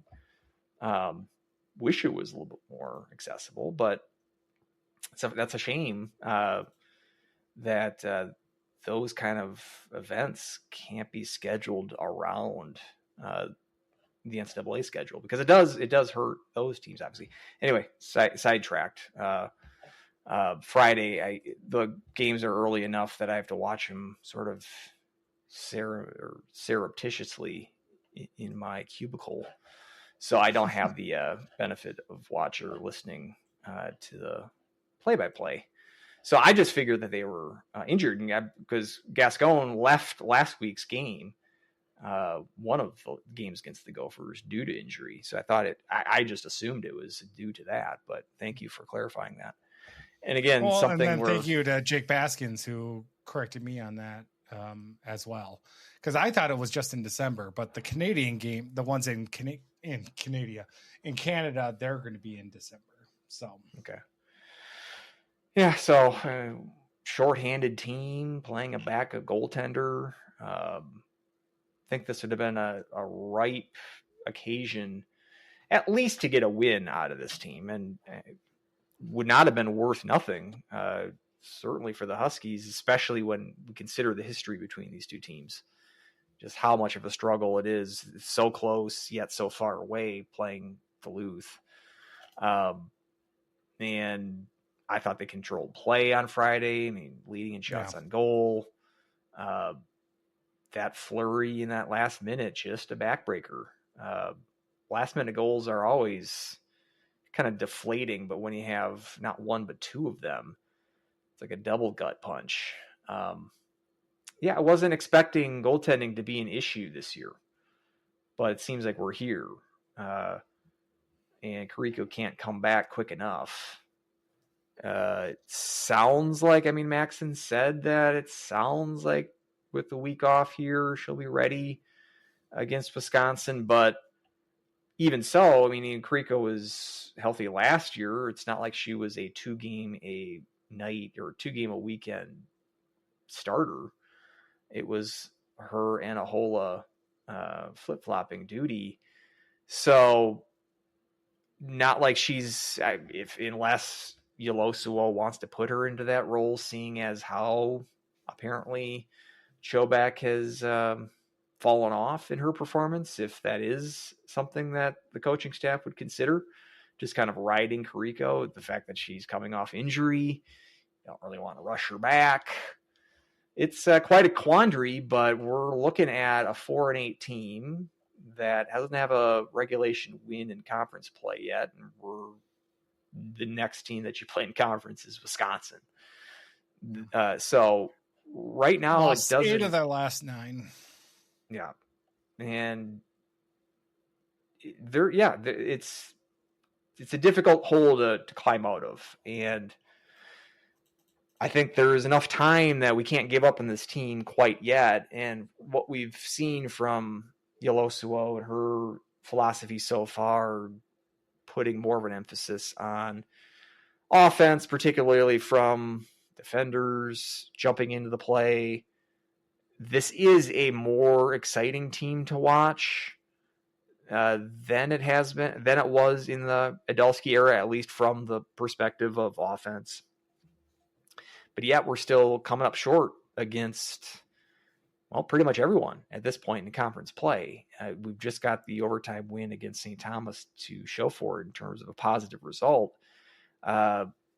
This was the most difficult stretch of the schedule. Even the second half doesn't have the kind of back-to-back-to-back kind of nature of this current run that you've seen Ohio State, Duluth, and now Wisconsin coming up back-to-back-to-back. So this was always going to be the biggest test of the season. They have not passed that test, but yet something that I keep coming back to is that they've been in all of these games for the most part. Even the more lopsided scores that we've seen, the 5-1 Ohio State game, that was a 2-1 game going into the third period. The 4-1 loss at Ritter against the Gophers, that was a tie game, 1-1 late in the second period before the Gophers pulled away. we are at least the days of even Adolski's first year where you're losing games like 9-0. That sort of era seems to be in the rearview mirror. We're not close to returning to that, I don't think. It doesn't seem to be that feel to it. So we should pump the brakes in terms of being so doom and gloom. We don't have 2 weeks in a row where we play the doom and gloom sounder. So don't even, I know you're hovering over it. Don't even think about it. No, because I'm not. We've really seen, we've really seen doom and gloom in this program, and I think that we've progressed beyond that. But yeah, it's hard not to be discouraged by the lack of results here because I just feel like we're playing better. It's there. It's there like every week, and just somehow everything crumbles, and it's just so frustrating.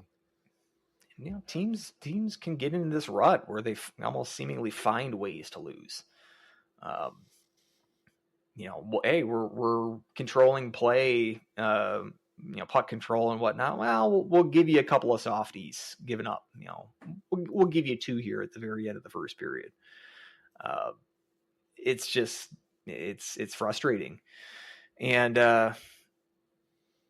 again, the task does not get any easier coming up. But I feel like this is one of those ones where in the short term, it's difficult to watch some of these results, or at least the unfolding of these results, and again, how you're losing some of these games. Long term, I do think that we're in good shape. I think the culture that this coaching staff is instilling is going to pay off. It just might take a little bit. And that's fine. I'm okay with taking a year like this and seeing a culture develop, seeing a game plan emerge, seeing a philosophy take shape, and seeing players buy into that philosophy. We've seen in the last couple of weeks Laura Zimmerman moving to center, which is a position that she's not used to. She doesn't have experience playing center very much.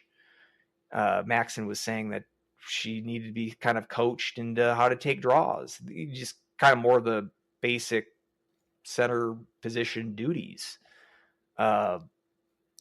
These are the kinds of experiments that in a 4-8 season so far, it's kind of fun to watch those kind of experiences because you might be surprised at what clicks and what doesn't.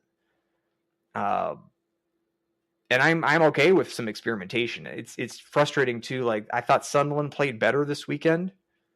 Sorial again was quiet against a top 4 WCHA team. She's been the quietest against the cream of the crop. Gophers, Ohio State, Duluth. I don't think she has a point in any of those games. I don't know. We've kind of split up Sunderland and Sorial in the last couple of weeks. And some of that action they were together and not producing, and now they're split up and Sorial's not producing. And Sunderland, again, I think she had a bit of a bounce back. I'm not going to give her my POW this week, but this team generally is going to go as far as their stars go. Sunderland and Sorial have just not produced during the games against these top teams. And that's part of the reason that they're falling short in all these games. And like you said, too, it's goaltending. And I get, what would you suggest in terms of, can you really make that drastic of a call before Kariko's healthy again? No. It might just depend on, you need to get her back in the action to begin with. And then let's just assume she is. Let's say she's back on Friday against the Badgers next week. You just riding with her because keep in mind too, you have February coming up where she's probably going to be gone anyway at the Olympics. So that was already part of the plan that we weren't going to be with Kariko for a chunk of the season. And that wasn't even knowing that she was going to be injured this early in the season. So I don't know. Do you just ride her until the Olympics? What's your kind of plan in terms of goaltending? Well, I wouldn't say rider until the Olympics because you still need JoJo to get some playing time. because like you said, I'm going to be without her for a month. Now with that, it's I just don't know if you can play her against some of the top teams. I think just sometimes she just lets in some of the goals that it's just like, we've seen her make so many good plays and good saves throughout her career here at St. Cloud State, and just some of them just kind of just mind-boggling. I don't know if they're brain lapses or what. But like if Kariko is healthy against Wisconsin, I think you got to give her both games. And then you got at Bemidji State, and then you kind of go back to the tandem. I think the non-conference games, maybe, it's Colgate and Clarkson, so they're going to be highly ranked. Maybe you go just Kariko there. Minnesota State, go with the split again. So I think you still do the tandem, but I think just some of the bigger games with more of the MPI consequence, that you just lean more going away from it and just putting more Kariko in until JoJo earns that kind of spot back, which sucks for someone who, has given so much to the program and then took a year off, finishing some studies and, was injured apparently, as well, which we didn't know about. So, it's, I don't like saying it, but it's, just kind of, you got to think of what gives the best chance for the team to win. And I don't know if it's JoJo at this point. She needs to get the band back. But obviously, together. Again, with the injury, it's, to Kariko, I'm not pushing somebody to get back who's not ready in whatever this injury is. Well, if there's any, like in November, if there is any sound the alarm bell, we could maybe rush you back a week early. It might be now. Kariko was in net for their tie at Laban last year, which was quite a feat. Not many teams took points out of Wisconsin at their home rink last year. I think it was just 2, right? You're going to want, it might have been the only time, actually. Yeah, you're going to want the, I thought that was at Ohio State. Oh, that was at Ohio State. Yep, you're right. And then they tied them when they played. They tied them at the Pros and Confines at Wrigley. Oh, that's right. Oh, yeah. Yeah, the one loss they had was at Ohio State, and then they tied at Wrigley. So yeah, the only goalie to take points out of Laban, opposing goalie, was Amelia Kariko last year. So if there is any situation in which you might want to rush her back, it could be for next weekend. Because again, you're looking at potentially 4-10 and then playing out in DC against Clarkson and Colgate, which we'll get to this. We've got to pick the field segment coming up. Those teams have not performed as I expected they would this year. Maybe not the wagons that we thought they have been in years past, at least, but still quality competition. You're going to get, there's really no gimmies other than like the Bemidji games, I suppose. I mean, St. Thomas is ahead of you in the standings, and Mankato is as well. There's no games that, like I said, other than games against the Beavers, no games in which are going to come easy for this team. So if you have any chances of getting, I'm even to the point NPI, I'm not really even considering that. We just need to get back to a confidence level where this team is able to compete for 60 minutes, and I think they're a little bit demoralized at this point. So need the right ship. If we can get Kariko back, that will be a big boost. And like I said, I think long term we're in good hands with Ulosuo, but right now it's difficult to see the light at the end of the tunnel because of we've seen how close they've come. Like, it wouldn't be this frustrating if they were getting their ass kicked. You know what I mean? Like, it would be so obvious that the task was so insurmountable. But the fact that we're in basically all of these games, yet coming up on the short end of the stick every single time makes it that much more of a gut punch on a game in game out basis. So I do think that there's something started here, and I'm excited to see how it unfolds for the rest of the season. Once the schedule lightens up, and I think they can get some confidence, get some wins under their belt, I think they will improve as the season goes on. And like we go back to the beginning of the season, we weren't expecting an NCAA tournament appearance from this team this year. I think we were expecting better than the results that we've seen so far. But this is such a gauntlet that, that's a very high bar of success. And I don't think it's fair necessarily to judge the season based on that standard. I just hope that we can get to a point where at least individual players are developing, and we saw last year's players like Urela sort of opening eyes. We've seen players like McKalen this year. I thought Mustonen had a good weekend this past weekend. See those kind of performances from the young players. That gives us some hope going forward that we can sort of then break that seal when it comes to play against these top teams in the conference, because I think it's close. I do think it's close. I will say, I just want to push back maybe a little bit that, I thought actually Sunderland played really well on the weekend. Goal and assist there on the weekend, some really, really good passes.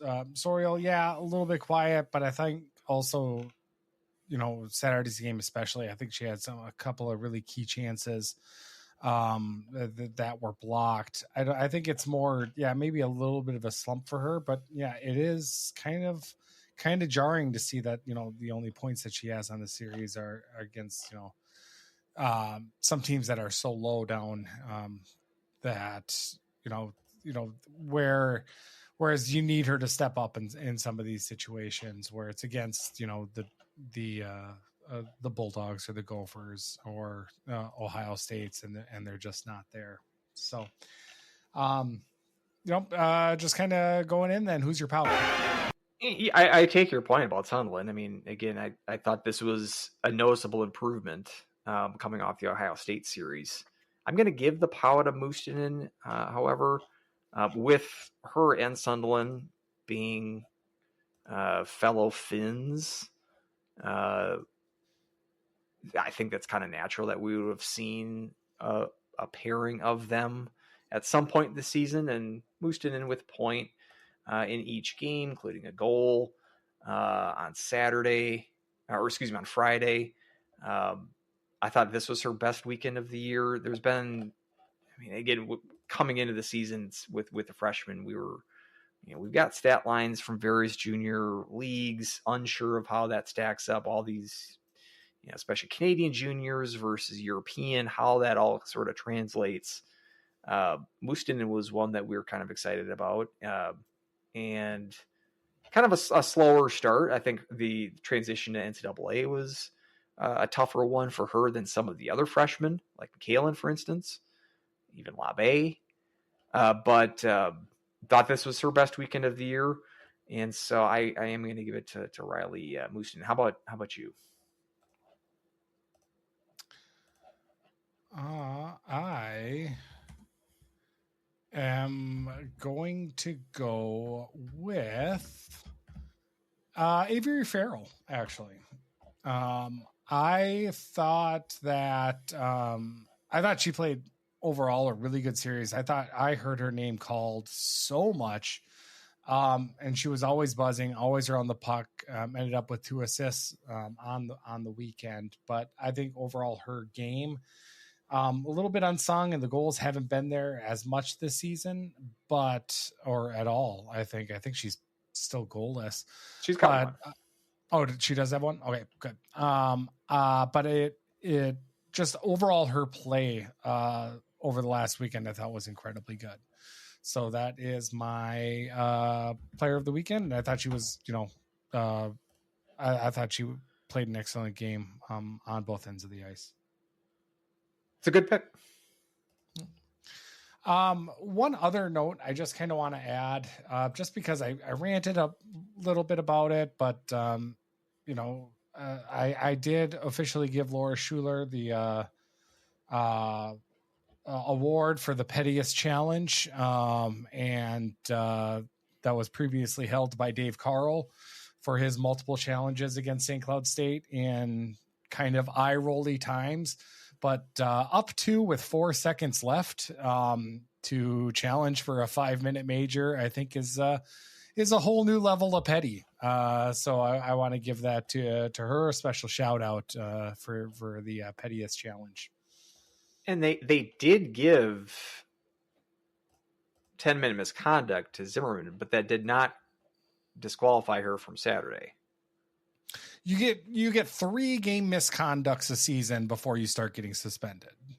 So I think the only thing is just to have it on her record for the season. So if she does it 2 more times, she'll get suspended. I don't know.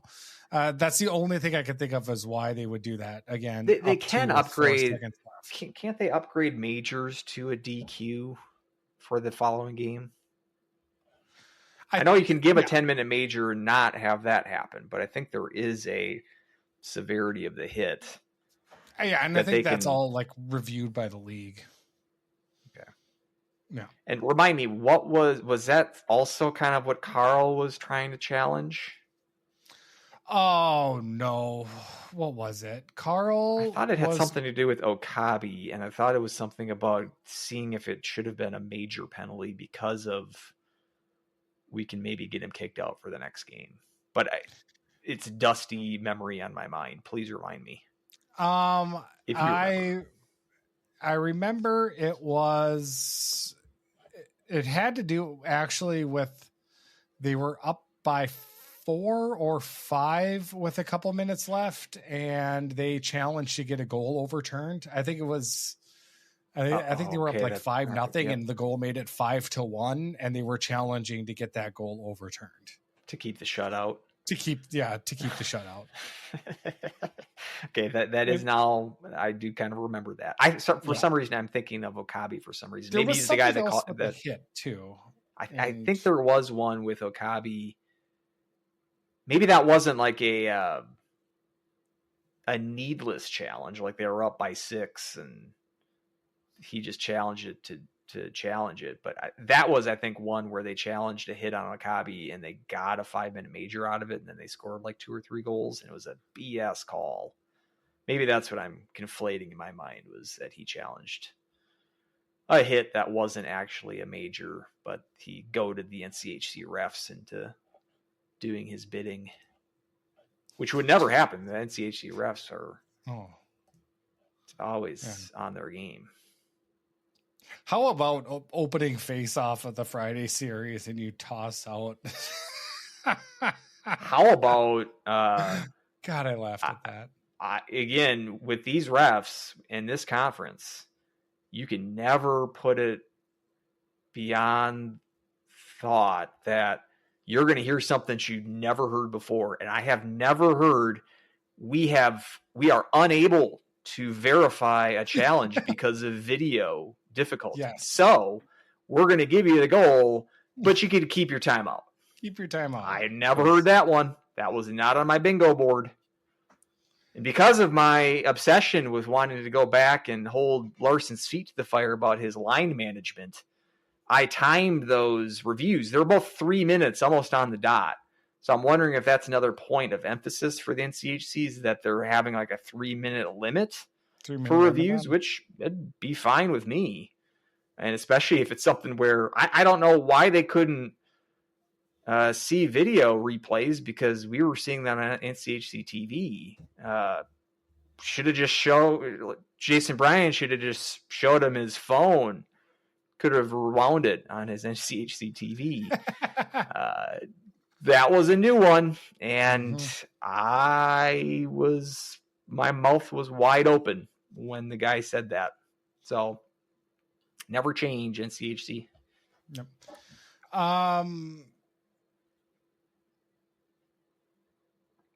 Yep, I got it here. Challenged We actually 4 did with- the research. Oh, you did? No, I'm amazed that I- you're on it here. Yes. Please tell. Yeah. Challenge Okabe for contact to the head. Up 4 with 4 minutes left. Okay, I think there was another Okabe major that was a bad call. That was also at a game at Denver. But I remember there was one that was a really bad call, but I think that was at Miami, where like it was contact to the head, but the contact was like his hip. Like it was just kind of this weird. That was many years ago, though. I mean, bringing up like memories of bad NCHC calls. I mean, we're going to have to narrow it down, unfortunately, because basically every series we can come up with something. So, let's see. We're at about 2 hours here. Do you want to do the pick to field? Do you want to punt it to another time? What do you want to do? I'm prepared. We can go quick. Okay, pick the field for the women. Yeah, we'll do the men's pick the field next week. Because we won't have because of the week off. So yeah, the St. Thomas men's game is throwing us all off. It's kind of throwing us off for a loop here. So we're gonna just as if that game is just next weekend, and we're just gonna continue on with our regular schedule, recording on Monday, putting out either Monday night or Tuesday morning. That's going to throw everybody off, but it shouldn't, even though it is kind of weird. But yeah. So yeah, we'll do a women's pick the field this week, and then we'll return with the men's field, and that makes sense because the women start a little bit earlier than the men do. We try to do this like the first month of the season because we can't really use NPI or pairwise in years past. When we do the other pick the field show at the first part of the new year, that's generally when you can at least look at the pairwise or NPI now and have a decent idea of what the field generally looks like, at least at that point in the season. But at this point, really can't use the computer yet. So that's why it's fun to do it this early. Women's field, again, 11 teams make the field. They really should move that up. Delaware is now a part of the women's side, and 12 teams makes perfect math. It would make the same exact percentage of teams in the field than the men's side does, which was the whole point of them moving it up to 11 a couple of years ago, was some sort of equity between the women's tournament and the men's tournament.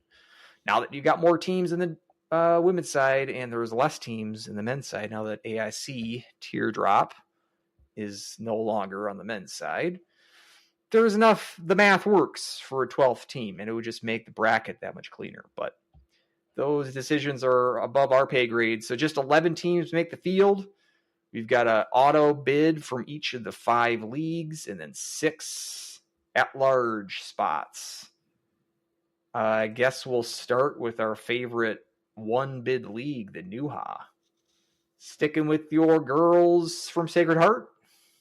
I am not. I'm abandoning the Sacred Heart train. Struggling to start the year.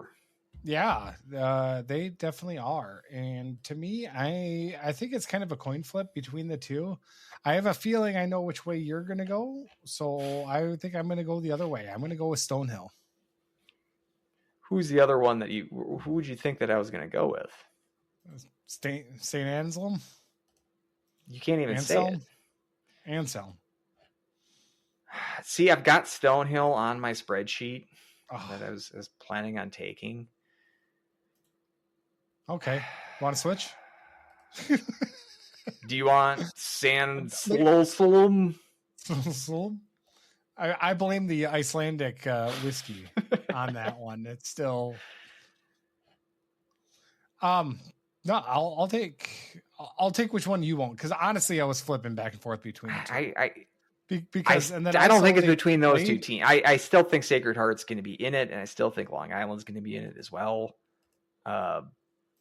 It's not merely the two leaders in the Nuha. It all comes down to the conference tournament. Really? There's no like Long Island has 3 wins, and 2 of them are against the Blue Hens. Long Island, I believe, Long Island lost to St. Michael's, Yeah. which they Even are. their win was a 1-0 horrible. overtime win.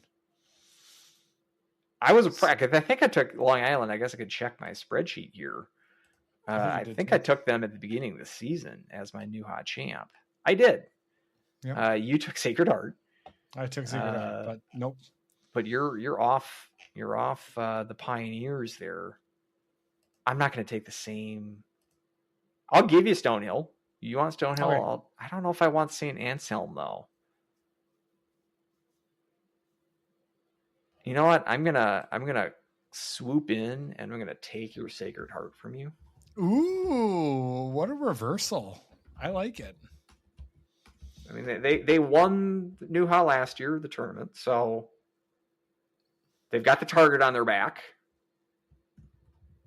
And I'm going to make it interesting. I'm going to go with the Pios. All right. How about Atlantic?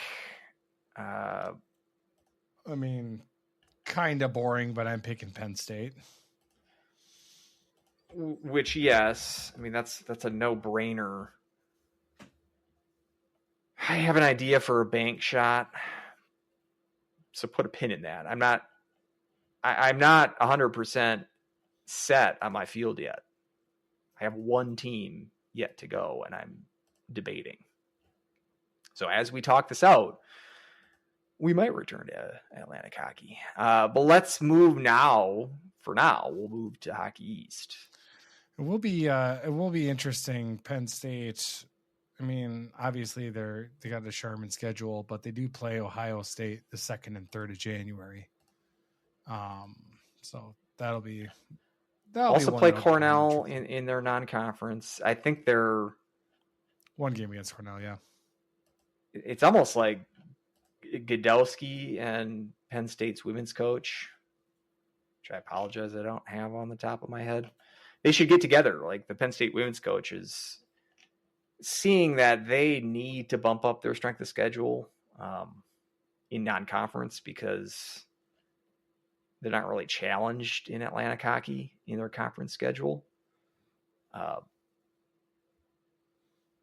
They're going to win enough games to qualify as an at-large anyway, whether or not they play a tough non-conference anyway. But I think the philosophy there is not that we need those wins, but we need to be prepared in the tournament to play tournament quality teams. So I see their philosophy, and it's not just to try to jack up their NPI. It's we need tests because we need our team to at least we're going to make the field, but if we have any chance of advancing in the field, we need to test ourselves. So, but the thing there is, again, it comes down to the tournament, and because Penn State's going to have a berth locked, if they drop a game in Atlantic hockey, that opens up the door for a second Atlantic bid, which could happen. I don't think it will, but so we can go to Hockey East or ECAC, but as I'm thinking about it now, how would we just go to the WCHA? Because that's pretty easy, right? Yeah. You've got the 4 teams. I've got the 4 teams: Wisconsin, Ohio State, Minnesota, Duluth. Yeah, I don't see any of those teams going anywhere. I don't see a 5th team emerging, even though, as we'll talk about the ACAC, I don't think that league's as strong as it has been in years past. So if there is a opening for a 5th team, perhaps this year is it. But usually that team's been St. Cloud in years past. I still would put them 5th in terms of this overall team quality. But right now, St. Thomas would have that edge mathematically based on the standings. But I just don't see another. It's difficult, even if a 5th place WCHA team was doing really well. It'd still be very difficult for for 5 teams in one conference to make an 11-team field. So I just think that's too difficult. So now let's go back to Hockey East, which has been a 1-bid league the last couple of years. Again, with ECAC kind of dipping, at least to start this season, could open the door for a second for multiple Hockey East teams this year. What say you for Hockey East? Hockey East, I actually have 2 You do? out of Hockey East. Yep. I've got UConn, who the Huskies saw, and I've got Northeastern. Thought we might hear Northeastern. I've got UConn as well as my lone Hockey East team. Okay. Again, I have one more team to field, and I've gone back and forth putting that from the ECAC, from Hockey East, and Atlantic. Just going on vibes, huh? So I'm just waiting. I kind of want to see what you're gonna do, because I don't want to be complete ripoff of what you're doing. Yeah, because right now, if I hadn't have changed my Stonehill pick, we'd be exactly the same, except Northeastern. I didn't have Northeastern, but I could. They're one of the teams that are right on the fringe that I might include them. How about ECAC? But I'm looking and I see Boston College. They're leading out Hockey East right now, and I'm like, the same one that got outscored 19-1 and is 18-1 against Minnesota in 2 games. So I think they're a little bit of a nice schedule there for Boston College, and then Boston University. I mean, I don't talk about polls or ranking or anything like that, but good Lord, we're going to keep ranking BU in these polls, and it's kind of ridiculous that they keep being ranked in general, but I digress. I don't think either of the Boston teams, Northeastern is going to be the one that I think is going to emerge out of there. So, and I was kind of going back, and I'm going to go with one team out of Hockey East, at least at this point. I'm pretty sure I would think about putting a second Atlantic team before I'll put a second Hockey East team. That might turn out to be very wrong. Just because I don't think there's going to be a solid pairwise, put a quarter in the jar, NPI. I don't think there's going to be a solid NPI team in NPI prior to the conference tournament, like how Penn State is for Atlantic. Whereas if Penn State loses in their conference tournament, that will mean 2 Atlantic hockey teams make it. Whereas if there is a team in pairwise position, NPI position, it did it again when the Hockey East tournament starts. If they lose, that will probably mean they're going to drop out of NPI. So at this point, I don't see 2 teams out of Hockey East, but that certainly could happen. But at this point, I'm gonna say no on that. So how about ECAC? ECAC, then I've got the final 3 teams coming out of there. I've got Cornell, Quinnipiac, and Clarkson. See, this is why I wanted to wait for my last pick, because I have those 3 teams as well. Oh, I was wavering. Right. I'm sure if we were the same, that you were solid on Clarkson and Quinnipiac, and then you were dithering about that third ECAC team. Is that kind of how you were thinking? Which 2 did you say that I was? I think that you would think that Cornell and Quinnipiac are solid, but the third team was more iffy. Mm-hmm. Because I mean, Clarkson's had some stumbles here. Clarkson's had some stumbles. St. Lawrence has some stumbles. Colgate has some stumbles. But then I was like, Princeton is up there, but I'm like, I don't really like what they lost too much. I think out of last season. I liked them last year. They were kind of my sexy pick last year, but I don't like them. So it's like ECAC, like you said, not being as strong. There's a lot of questions there, top to bottom. Yeah, Clarkson's lost at Providence, who's not very good, and they've lost at home against Dartmouth this past weekend. Dartmouth has also beaten Colgate. That's old friend Maura Crowell out there in Dartmouth. Maybe I should pick Dartmouth. Oh, there you go. They're slaying some old ECAC beasts on back-to-back weekends. I'm not going to do that. I mean, I consider Brown. We love Brown on this show. One of our favorite programs. I guess I didn't check. Did they? Because they now started in the men's side. They now started, and they started 0-2. Does that mean that they didn't? They lost their vote. They did. They did lose their voter. So it always takes one series for the Brown voter to. But yeah, and so St. Lawrence was a team that I like their goalie, but they've had some stumbles. I mean, they lost to Vermont. Vermont is not any good, and they're beating some teams that are surprising. So it's like all these more fringy ECAC teams. Kind of they're intriguing, but then I find reasons to go off of them. Yale, so I'm like between Yale and ECAC. I think I put them above Colgate. They beat Colgate this past weekend. Or I'm with you with adding Northeastern from Hockey East, or it's the bank shot in Atlantic hockey where Penn State has an off night in their conference playoffs, and I'm thinking like RIT beats them and wins Atlantic hockey to set up a second AHA team. That's like what I'm down to, and I've got to pick. Your field set. You've got the 4 from WCHA, 3 from ECAC, 2 from Hockey East, and 1 each from Atlantic and Newha. Yep, I'm all good to go.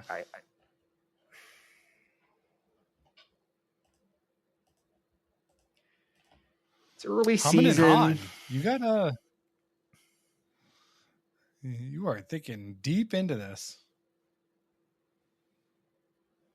Why not? I'm going to go for the bank shot out of Atlanta. Yeah, do it. And I'm going to go RIT as a second Atlantic team. Ooh. When we come back the end of the year and RIT put up a 8-win season, we can chuckle. Yeah. It'll be a fun commiseration over my picking RIT. Nope, I'm a huge fan. I love it. Perfect. It's in the spreadsheet. It is official. Our first pick of the field. Can't go back on now. The record. So perfect. Quick questions. Percent chance from Zamora. Percent chance when the season ends, Huskies finish higher in the NCHC standings than the Broncos.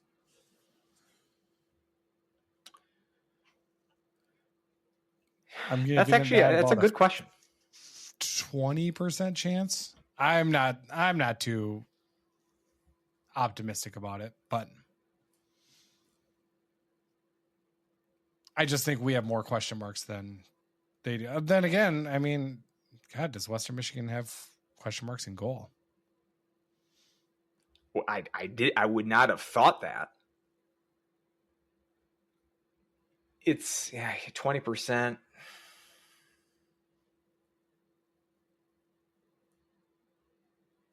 What was it? Percentage chance the Huskies are higher than Western, or the other way around? The Huskies are higher than Western, correct? 20% is probably good. I'll go a little bit under that. I'll say 15. Okay. I mean, it's hard to. It's not like Western is. Yes, they won the NCAA's last year, but how many times have they been a top half of the league team? Last year they won the league. COVID year, St. Cloud was going to go out there and play them. I think 2013 3. I think they were second or third. Yeah, they got upset against CC at home, and CC wasn't any good. Oh yeah, they were really bad that year. But like 24, St. Cloud beat them. That's when Western was 6th, and they made the tournament. St. Cloud was 3rd, missed the tournament. Mm-hmm. My point is, it's not like Western is all of a sudden this blue blood that it's like North Dakota, where it's like if they're not in the top half of the league, it's a shock. So 15% is not 0. Neither is 20. I think that's a good question, though. I think they're a better team than St. Cloud is, but if they play like they did this past weekend, and if those key defensemen like Weissenen is out for an extended period of time, and if Silkinski plays kind of like a human, like he did this past weekend, something more towards middle of the pack it's not like out of the question. I still think if we're going to do a pick the field, they'd still be in my field for the NCAAs. But well, spoiler alert for next week. Yeah, that's this week if we were going to do it. Maybe next week they get swept, they get pounded by Denver. Maybe I'm out on them. We shall see. Dan Jacobson, why is Jupiter Moon Ice Cream not open for the women's games? I agree. I wouldn't. Although my wallet thanks them that they're not, because my kids definitely would be chowing down on ice cream. So, then we have, when Carrico comes back, do you think they should consider making her the sole starter? How close are we on saying this is what we should expect out of JoJo? I really hope that's not what we expect out of JoJo going forward. I hope, she can get to the caliber where she was 2 years ago. I think that's very important for the Huskies kind of coming down the stretch, like, we're a month into the season, but we're definitely going to need her. I do think Carrico is definitely our 1, and JoJo, I would say, is our 2 at this point. But yeah, I mean, we just need Carrico to be healthy, and I think any chance against Wisconsin coming up that's what we're going to need. She needs to get the show back on the road. Maybe with Avery Myers leaving, leaving, and hence leaving a void on Dump and Change. Perhaps a lot of the mojo for JoJo kind of left. The JoJo mojo is missing a little bit from the lack of Dump and Change. Didn't we think that Sorial the vlogs? So all right, and didn't we think that Sorial would make like a kind of a natural fit as the new sort of co-host? Great performance last year on the show. Yeah. Kind of a breakout star on the podcast. On the podcast and on the vlogs and whatnot. So maybe I don't know. I think Avery Myers just had that je ne sais quoi. She had we were aura. Thinking about I got it. We're thinking about keeping the show current with our references. Oh yeah. I bet this is really current. She's got the Riz. Oh God. That was I cringe. think I nailed it. Clint asked, do you think we'll have a goalie tandem on the men's team now? Yeah, 100%. There's no way we can keep Persons on the bench. I think we already had one. I don't think that Saturday. The only thing that changed from Saturday is that Berzins earned, at least in my opinion, the start for Friday. I think it's an every game thing. You seem to think differently, which I like that we're disagreeing here. We're not even disagreeing, but we have different viewpoints on this, which I guess is disagreeing. But you think it's more of a set rotation. I think it's a little bit different, where it's the next game is up for grabs based on who performs better. But I think that's how it should be. I think it always has been a tandem. It's different how the games are allotted based on if it's planned or if it's contingent on performance. Sure. And then Brandon asks, one we kind of already answered, harder to fully match up on the road, but who is your shutdown defensive line this weekend up in Duluth? And that's going to be like a good 20 minutes on that. Yeah. So that was a good so discussion. Rewind, go back to that one. But what we think and what Larson's going to do is probably not the same thing. Yeah. We will probably be surprised because we're not paid for our hockey opinions. Other than our great sponsors. Actually.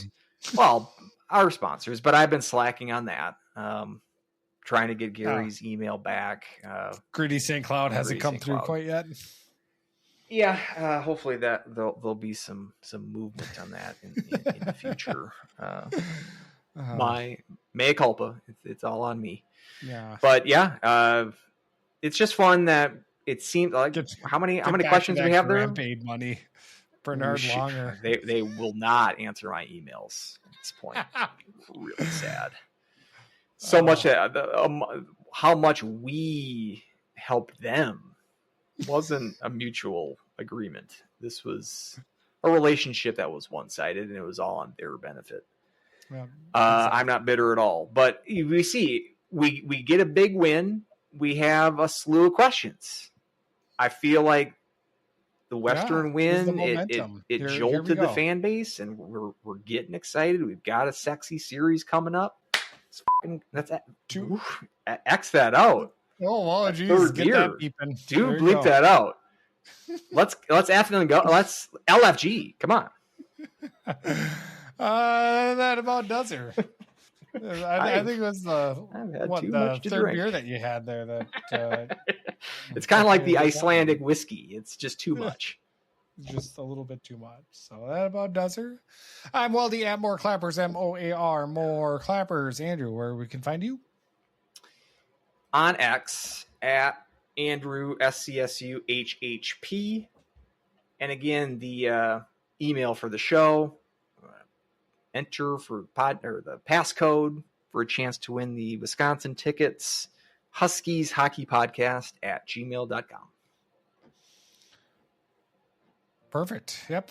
Send us and the reviews and everything. And just in general, I mean, doing this podcast, I have a lot of fun. I know I'm not the most eloquent speaker, but anytime I can sit and chat, 2+ hours talking about Husky hockey, I'm all for it. So thank you everyone for listening.